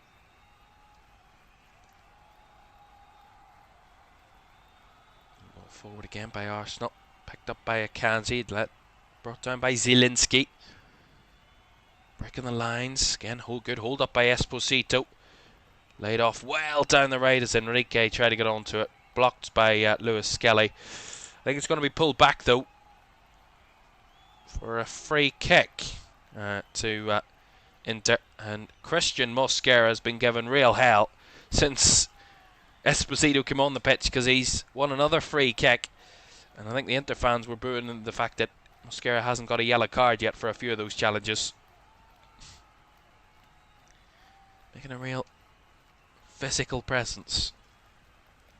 Zielinski, lovely little pass, finds Esposito, nice 1-2, Thuram!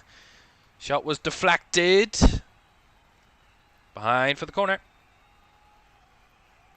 Inter pushing for that equaliser once more. Beautiful from Zielinski. 1-2 link-ups between Fratesi and Esposito, the two subs, and then it falls to Thuram, whose shot was blocked by his fellow countryman William Saliba. Corner to Inter, Di Marco to take. Left-footed delivery. Up and headed down into a mix. Esposito trying to work a space, and as he gets the shot off, he hoops it over the crossbar. He is a real nasty piece of work at the minute. Esposito is causing all sorts of issues to Arsenal. They're just trying to dink it into him. That was a lovely opportunity a few minutes ago. Beautiful dink ball in by Enrique, and on the half turn against Mosquera. Did really well, just couldn't get it on target. But he keeps growing into this game. He will have a major say in what way this game goes between now and the final whistle, Esposito. Because he has slotted perfectly into this game. Thuram trying to flick it forward for his fellow attacker. He couldn't quite find him, and Arsenal retrieve. White barely had a kick in the game as Ben White feeds it down the right channel. Picked up by Jesus, who makes a good run. Finds Saka. DeMarco can't stop. Back to Martin Zubamendi. Out wide again to Ben White. Jesus now. Unable to find any options but a back pass to Mosquera to recycle. Rice. Just over 20 minutes to go here at San Siro. Inter 1, Arsenal 2. Jesus with a first half brace, and Petar Sucic with the other goal. That ultimately levelled the game for Inter at that point. Saka couldn't keep himself onside. Free kick to Inter. Arsenal are to win this one. It will be a real test between now and the final whistle to do so.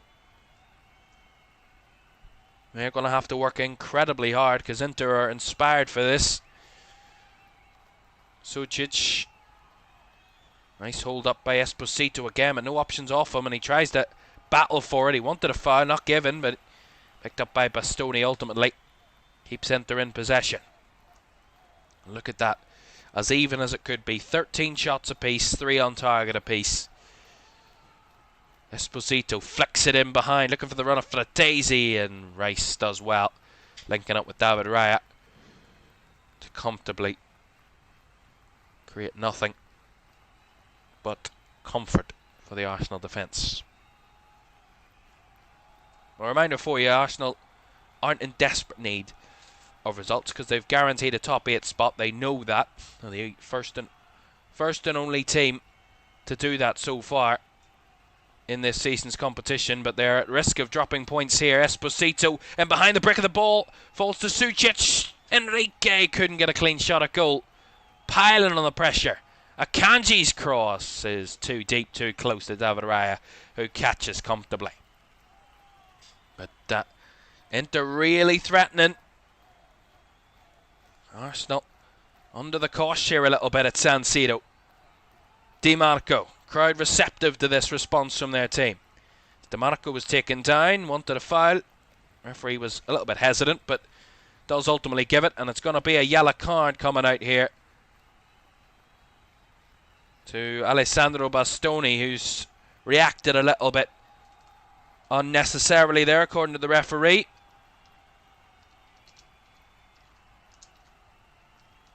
You see this again.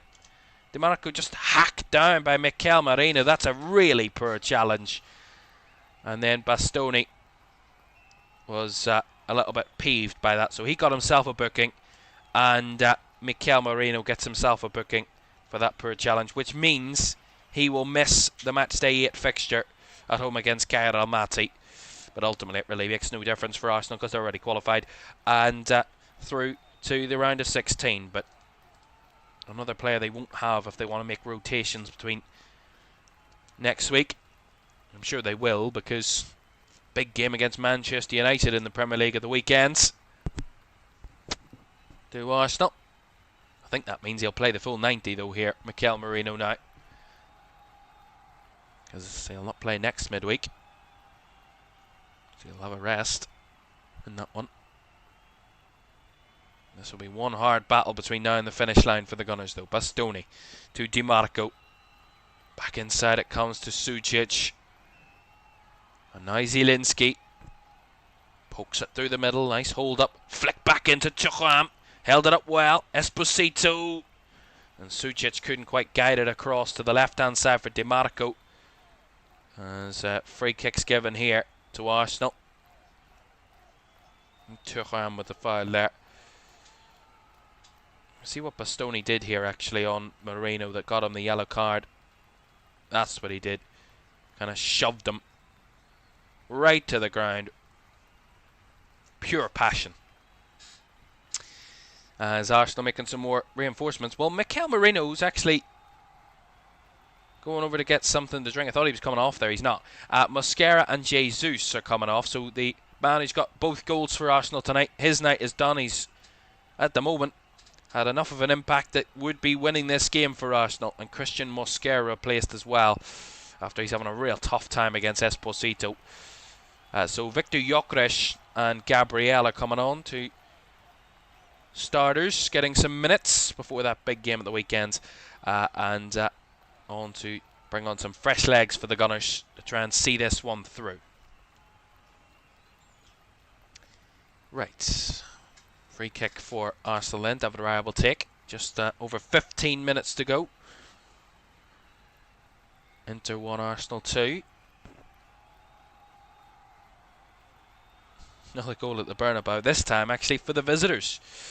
Monaco have got a goal. It's a consolation. They're 5-1 down now. Not 5-0. 5-1. I'm sure they'll be delighted with that. Monaco back... not back in the game by any stretch. They've got a consolation. It's 5-1. Jordan Teza with the goal.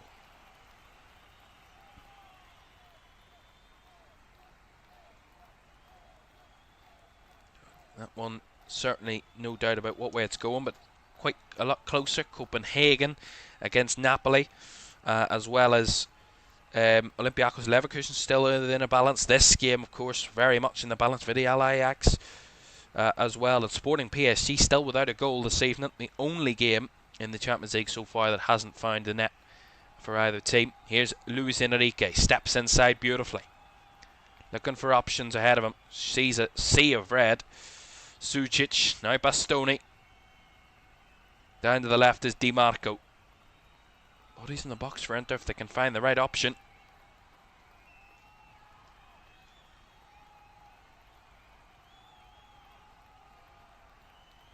We have goals to tell you about right now. It's an equaliser for 10-man Copenhagen in Denmark that is levelled against Napoli.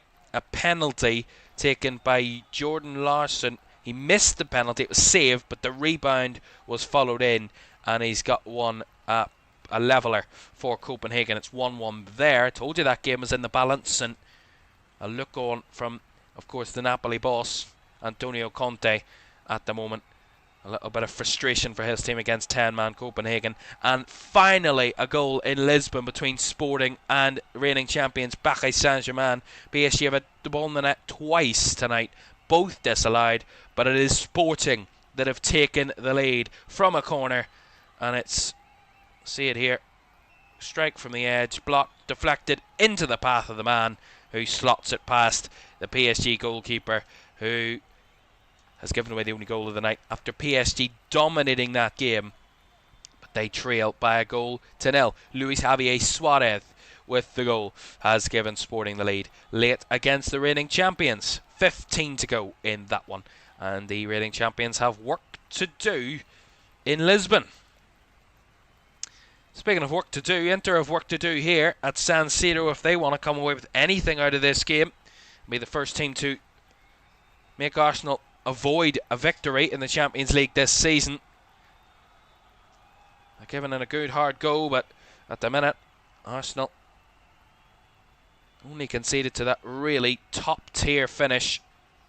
Here they come again. Arsenal want to finish it. Saka from the narrow angle, blocked by Sommer, bounces back to Saka. Saka chips it across.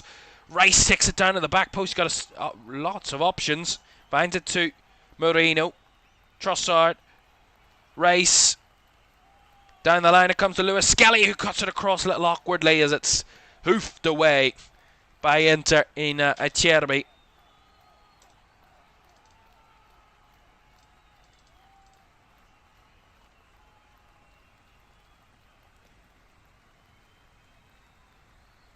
As that's a late challenge by Di Marco on Saka. Free kick to the Gunners.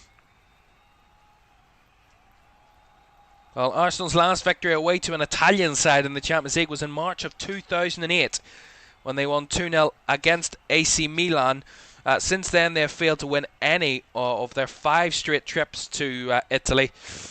Drawn 1 and lost 4, while failing to score a single goal. They've scored 2 tonight. Could that be breaking of the duck of their recent poor form when travelling to Italy in the Champions League? We will see, of course. And Arsenal making another change. Martinelli replacing Trossard at that left wing. Well, Inter have lost 2 of the last 3 home matches against English teams, both against Liverpool 2022 and 2025. That's as many defeats as they'd suffered, though, through their first 10 home games against English teams in the Champions League or UEFA Cup, or European Cup, sorry, combined. 1-5, drawn 3, lost 2. So a recent poor run against English opposition at home for Inter. Will it be 3 in a row and 2 in back-to-back home Champions League games, and 3 Champions League defeats in a row after 4 wins to start the campaign for Inter? It'll be one hell of a drop-off. A very close side. Here comes Martinelli for Arsenal into the final 10 minutes coming up as a bit of a heavy touch. And caught well.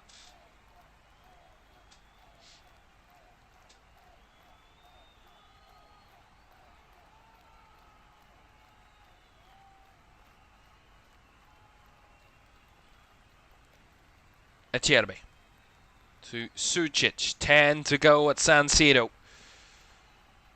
Inter 1, Arsenal 2. Arsenal all their subs used up.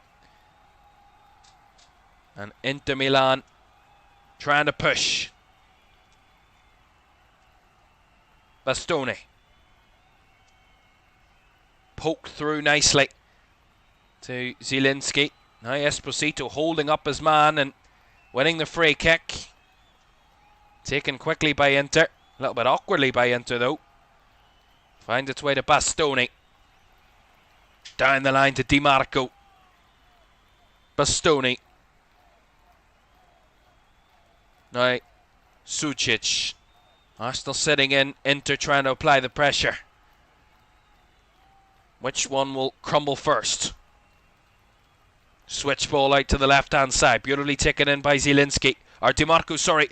Cleared away from the cross. Backed up by Di Marco. Again dealt with by Arsenal. Who get it away from their box well. Saka. Held up, but there's going to be a foul now against Victor Gyökeres by Francisco Acerbi. And that's going to be a yellow card for the Inter centre-back. And Acerbi with the yellow card. Yeah, I mean, he's not just got a hold of him, Acerbi. I mean, he's got him in a wrestling move there. Definitely a yellow card for Acerbi. A goal in Lisbon. Sporting take the lead against the champions, but the champions respond. And Kvaratskhelia has got Paris Saint-Germain back on level terms. And Luis Enrique's side at the moment gaining a point away from home, but want to push for more, and they've time to try and do so. Right. Lots to keep you up to date with. Incredible. Di Marco. Bastoni with a header. Battling. Bit of head tennis between the teams at the minute as Acerbi guides it down. Hooked forward.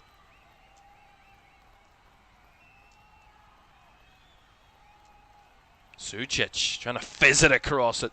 Ends up behind Enrique, but kept alive. Inter having to push. But right now, there's just no way through this Arsenal team at the minute. All they need one chance, though. One chance to try and get this game right back into it for them. They've done it before. Can they do it again? Bastoni. Chipped out to the left-hand side. Di Marco down the left channel. Cross was blocked. Behind for the corner. Inter have made more subs, by the way. I haven't received that information as of yet, but Diouf and Bonney are onto the field, replacing Zielinski and Enrique. And it's Bonney that just won that corner. So a corner to Inter. Di Marco to take. Left-footed delivery. Skids its way through and falls for Martinelli, who can drive outside the Arsenal area and try and feed it forward for Gyökeres, who I think might have stayed onside there. Gyökeres has held it up well here to find Saka a little bit behind him, but Gyökeres responds quickly and tucks it in. And that's going to put the cap on the Arsenal victory at San Siro. 3-1, game, set and match to the Gunners. Had to fight for it, had to work for it. Inter fell apart. And Victor Gyökeres, poacher finish to find the third goal. I mean, it's terribly defended by Inter here, I gotta say. I mean, when the ball's played to Saka, none of them react to the ball bobbling back loose as quick as Gyökeres, who strides onto it, free as a bird, whips it in, comes off the hand of Sommer, but he cannot keep it out. And that's the third that, as I say, puts the cap on the Arsenal victory. Inter 1, Arsenal 3, and the Gunners are going to make it 7 wins out of 7 in the Champions League, and all but guarantee top spot if they can in doing so. Inter 1, Arsenal 3, and a third Champions League goal of the season for Victor Gyökeres. And that is really unsettled the home crowd. They were hoping their side could push for a leveller. Maybe they pushed too hard, and in the end paid the price at the other end. A man in form, and a man who's always a major threat in Victor Gyökeres. A sixth goal, by the way, has been scored by Real Madrid in that one, so they have really tore it up in the second half there at the Bernabeu. 6-1 to Real Madrid. Jude Bellingham, set up by Fede Valverde, and it is Real Madrid 6, Monaco 1. Di Marco switched into the area. The flick on header is just over the crossbar by Thuram. Had Raya a little bit worried, but ultimately off target.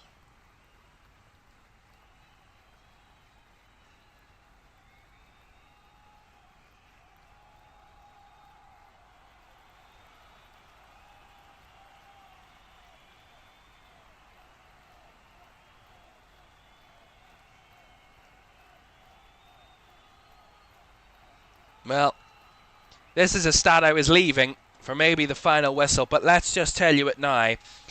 If Arsenal win this game, which looks very likely now, they will set their longest ever winning streak in the European Cup or Champions League with 7 victories. The Gunners have won each of the last 6 by an aggregate score of 17-1, keeping 5 clean sheets. This would be, with a win, their longest ever winning streak in the competition. Of course, remember, Arsenal have never won it. They got to the final in 2005, but have not got back there since. Could this be the year that Arsenal turn the tide in this competition and finally find some success in Europe for the Gunners? 7 wins in a row. Incredible.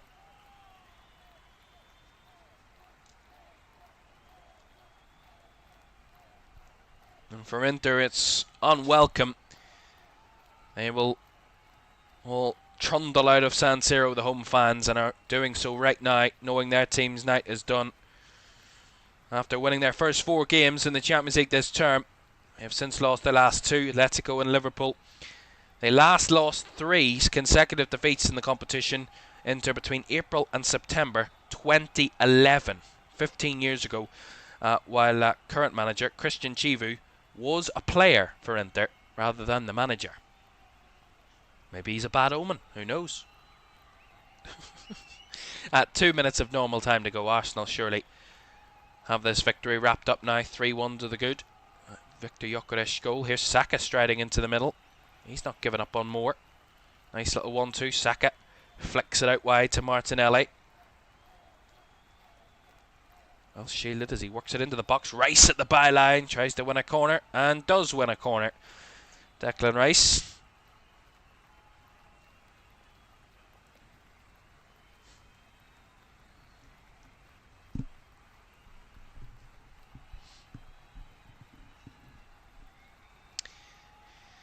Well, this one seems done, but there's still a number of games in the balance in the Champions League tonight. We'll tell you if anything changes in those. I actually can tell you there's been a goal. We'll tell you about that in a moment between Villarreal and Ajax. Huge goal in that one. We'll get to that in a second after this Arsenal corner.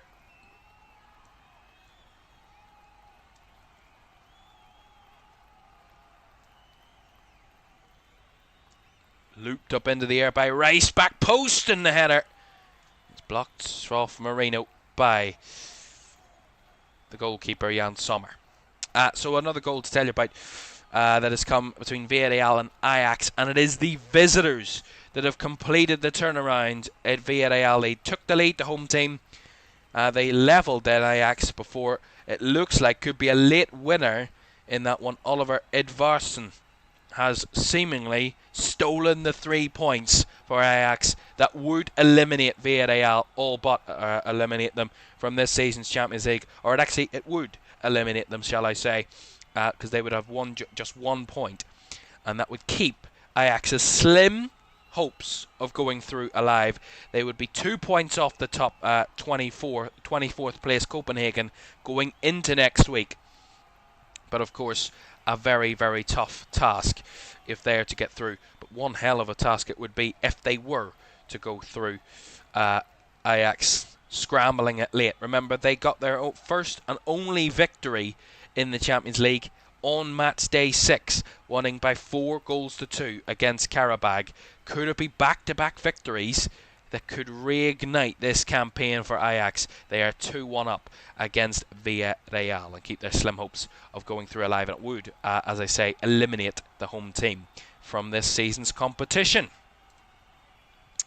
Still all square between Sporting and PSG in that one in Lisbon. Still all square between Caoimhan Copenhagen and Napoli in that one in Denmark. So action to tell you about there.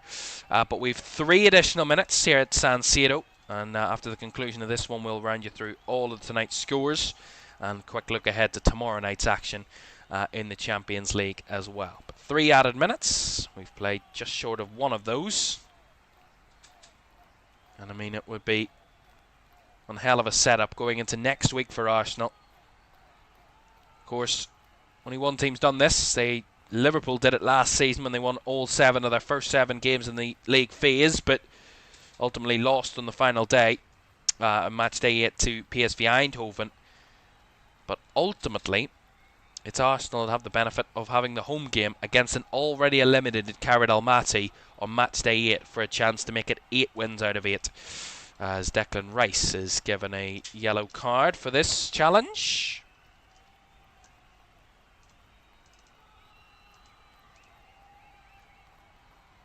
And on a night when Arsenal knew they were going through to the round of 16 before a ball was even kicked, they still wanted to show why they are where they are in the league phase table and make it an almost impossibility that anybody could catch them.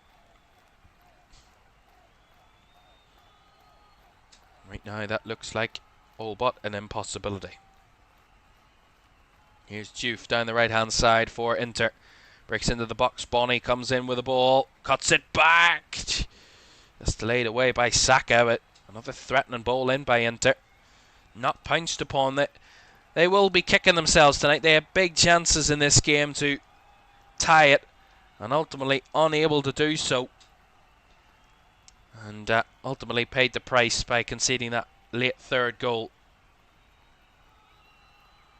But they were very much in the tussle for quite a long time, Inter, and work to do when they go to Dortmund on match day 8 next week, knowing if they want a top 8 spot, they're going to have to win because they are now 9th, because they've dropped below Atalanta on goal difference as it stands, or actually on points, shall I say, as it stands in the Champions League table.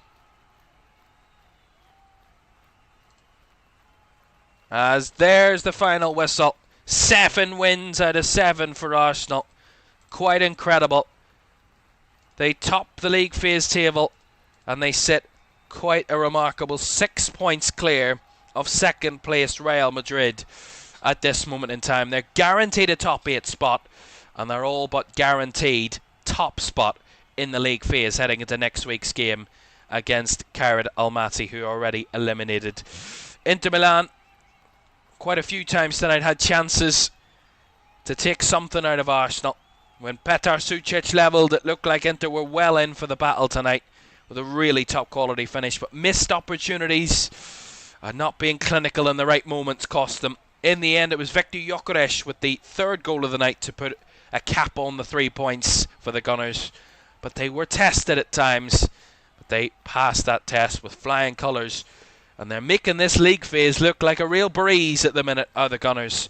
They have won by 3-1 at San Siro, and that breaks their duck of 5 games when travelling to Italy and losing. That's come to an end, and a third consecutive defeat in the Champions League for Inter, their first since 2011 on that run. It is pretty dire for Inter. 3 defeats in a row after winning their first 4, and a team that looked like they were nailed on for top 8 now need to go to Germany next week and get at least a point and hope other results go their way. Maybe even need a win to get a top 8 spot, but that's guaranteed for the Gunners. They will have February off. It is March for them for the round of 16. Final score at San Siro, it's finished Inter Milan 1, Arsenal 3. Right, let's recap the rest of the scores tonight, because there's been another goal in the game between Sporting Lisbon and Paris Saint-Germain, and a winning goal, it seems, for the home team. Sporting have taken the lead for the second time tonight, and it's the man who scored the first that's got the second. Luis Javier Suarez with the goal has re-given Sporting Lisbon the lead, and the reigning champions look like they're falling to defeat in a game which they have dominated, but ultimately will pay the price of being really lacking clinical edge on the night. It looks like it will be their second defeat, and it means that both sides will be on 13 points after 7 games, and both inside the top 6. It'll be a massive 3 points for Sporting in trying to get a top 8 finish in the Champions League phase. Incredible. Right. There's only 2 games that have concluded, so the rest is still underway. Arsenal winning by 3-1 away at San Siro. Spurs have confirmed their victory against Dortmund by 2-0 against 10-man Borussia Dortmund. Christian Romero and Dominic Solanke with first half goals, securing 3 points for an under pressure Thomas Frank. And a Spurs side who are in the top 8 of the Champions League, up to 4th with that win tonight, are Spurs. Dortmund down to 12th with defeat. Confirmation of the result at the Bernabeu. Real Madrid winning by 6-1 against AS Monaco. Kylian Mbappe with the first 2. Mastantuono, the young Argentinian, got the third. An own goal from Tilo Kehrer got the 4th. Vinicius Jr. with a 5th. A consolation was scored by Teza to get it back to 5-1 before Jude Bellingham made it 5 goals a difference again. 6-1 it finished there. At the Bernabeu, it is concluded between Olympiacos and Leverkusen. A massive win for Olympiacos against Bayer Leverkusen in their hopes of trying to progress. Costina and Mehdi Taremi with the 2 first half goals, securing all 3 points for Olympiacos. A huge result for them in trying to get qualification to the knockout stages. It's all over in Villarreal, where it is finished. Villarreal 1, Ajax 2. A comeback from the Dutch side means they have hopes, slim but hopes, of a chance of going through to the round of 16. It knocks Villarreal out of the competition. Just 1 point from 7 games means they are eliminated. Oluwase opened the scoring for Villarreal. Looked like it was going to be a good night for them to keep their very incredibly slim hopes of going through alive. But ultimately, a comeback from Glock with the leveller and Edvarsson with the 89th minute winning goal has saw Ajax pick up a second victory of the season in the Champions League. Back-to-back Champions League victories that keeps their hopes of going through alive. It is still going between Copenhagen and Napoli, and Sporting and PSG. They're both into additional time. But a recap of those early games: Kairat Almaty eliminated from the competition after a 4-1 defeat at home to Club Brugge, and Manchester City beaten by what were a winless Bodo Glimt going into that game, and Bodo Glimt came out with a 3-1 victory against 10-man City. Ultimately, in that one, an incredible result for Bodo Glimt, and a big and unnecessary and really not needed defeat for Manchester City heading into Matchday 8 next week, where they will host Galatasaray at the Etihad. Right, those games still underway. A reminder for you that Marseille will host Liverpool tomorrow at 8 o'clock on LFS for our final single game commentary of the Champions League phase. Of course, Matchday 8 will come next week. We'll recap that all for you in a second. All over between Sporting and PSG, a huge result for Sporting against the reigning champions Paris Saint-Germain in Lisbon, having to come to lead both times, twice in the game to come away with victory. Luis Javier Suarez with both goals for Sporting, either side of a Kavika Kvaratskhelia equaliser. Means it is 2-1 and it's finished to Sporting. Moves them up to 6th in the table. PSG down to 5th, both on 13 points. Not fully secured for a top 8 spot, so both have work to do going into Matchday 8, but certainly a move in the right direction for the Portuguese side. It is still ongoing between Copenhagen and Napoli. They are into 6 added minutes. They're into that 6th minute. I'll recap it for you. Scott McTominay with the opening goal after Thomas Delaney was shown a red card for Copenhagen. So Napoli led 1-0 and had a man up at the break. Then it was a penalty given to Copenhagen. Larsen missed it. It was saved by the goalkeeper, but rebounded back to Larsen's path, who knocked it in on the rebound to level 1-1. And they're into the final few seconds of that game. Napoli have piled on all the pressure to try and win it, but it looks like maybe Copenhagen might just scrape with a point, and a point that keeps them in the top 24, as with Napoli, with both sides teetering on the edge of elimination come next week, but both just inside that top 24 heading into next week's fixtures. We'll wait on the confirmation of the final score there, but that is the way it stands at the moment. A quick look at what's to come then for these teams. So Club Brugge winning tonight, that puts them at the 26th. They've got a hosting of Marseille next week. We'll see how Marseille do against Liverpool tomorrow night. Kairat already eliminated. They will head to Arsenal. Bodo Glimt got their first win of the competition just tonight, and they will head to Atletico Madrid. Not easy for them at all going into Matchday 8. Bodo Glimt Atleti still to play. They play tomorrow evening, and Bodo Glimt they do have a chance of going through. They've 6 points from from their 7 games, so they're just 2 points off the top 24, but it'll be a real slog next week if they're to win anything there. Copenhagen against Napoli still going, should conclude any second now. I will tell you when it does, but Copenhagen have a trip to Barcelona next week. I mean, any harder could it get for them to try and scrape a chance at the top 24 spot? Remember, they are in the top 24, but remember, just by a point. So would realistically probably need something from their game next week if they are to go through. Napoli have the easy task of hosting Chelsea next week under Liam Senior in their Matchday 8 game to try and go through. Inter have a trip to Borussia Dortmund in trying to go through themselves into the top 8. Arsenal confirmed top 8, almost confirmed top spot. They've got Carrot Almaty next week at home. It's all over between Copenhagen and Napoli. It's finished 1-1 there. Olympiacos, they have got a trip to Ajax next week. That is a huge game in Amsterdam. Ajax need a win to hope that they've any chance of going through. Olympiacos also need to pick up victory if they want to secure a place in the top 24. They're in the top 24, but of course to secure that, a victory would be very much welcomed. Leverkusen will host already eliminated Villarreal. Leverkusen 19th. They are 2 clear of the elimination grouping, but they would love a home victory just to see it through and to get through to the playoff round.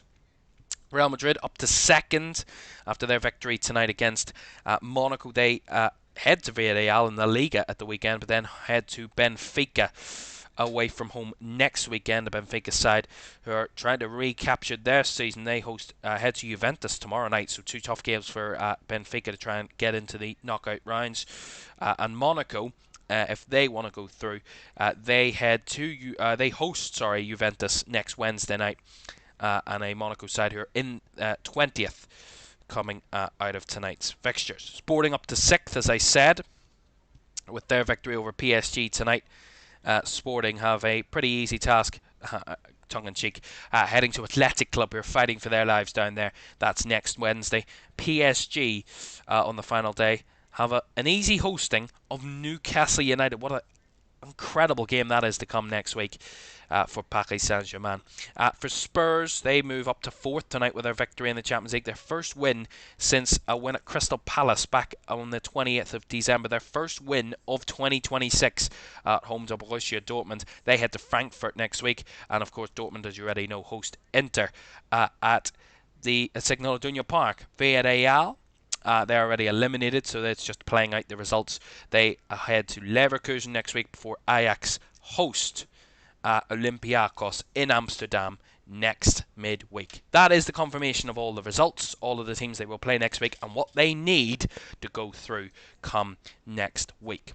Before all that, Marseille take on Liverpool tomorrow to see what way every team will look heading into next week's final showdown. 18 games, all live at the one time, all kicking off at the same time next Wednesday night, the 28th of January, here on LFS Matchday 8, live of the Champions League phase. But that is it from us tonight. Arsenal come away with their 7th victory in 7 Champions League games in the league phase. They are guaranteed a top 8 spot and are cruising their way to top spot in the league phase. 21 points out of a possible 21. Inter with work to do. They drop outside the top 8 and a big trip to Germany next week. It's great to have your company. Thanks for joining us, and we'll see you again tomorrow night. Bye-bye.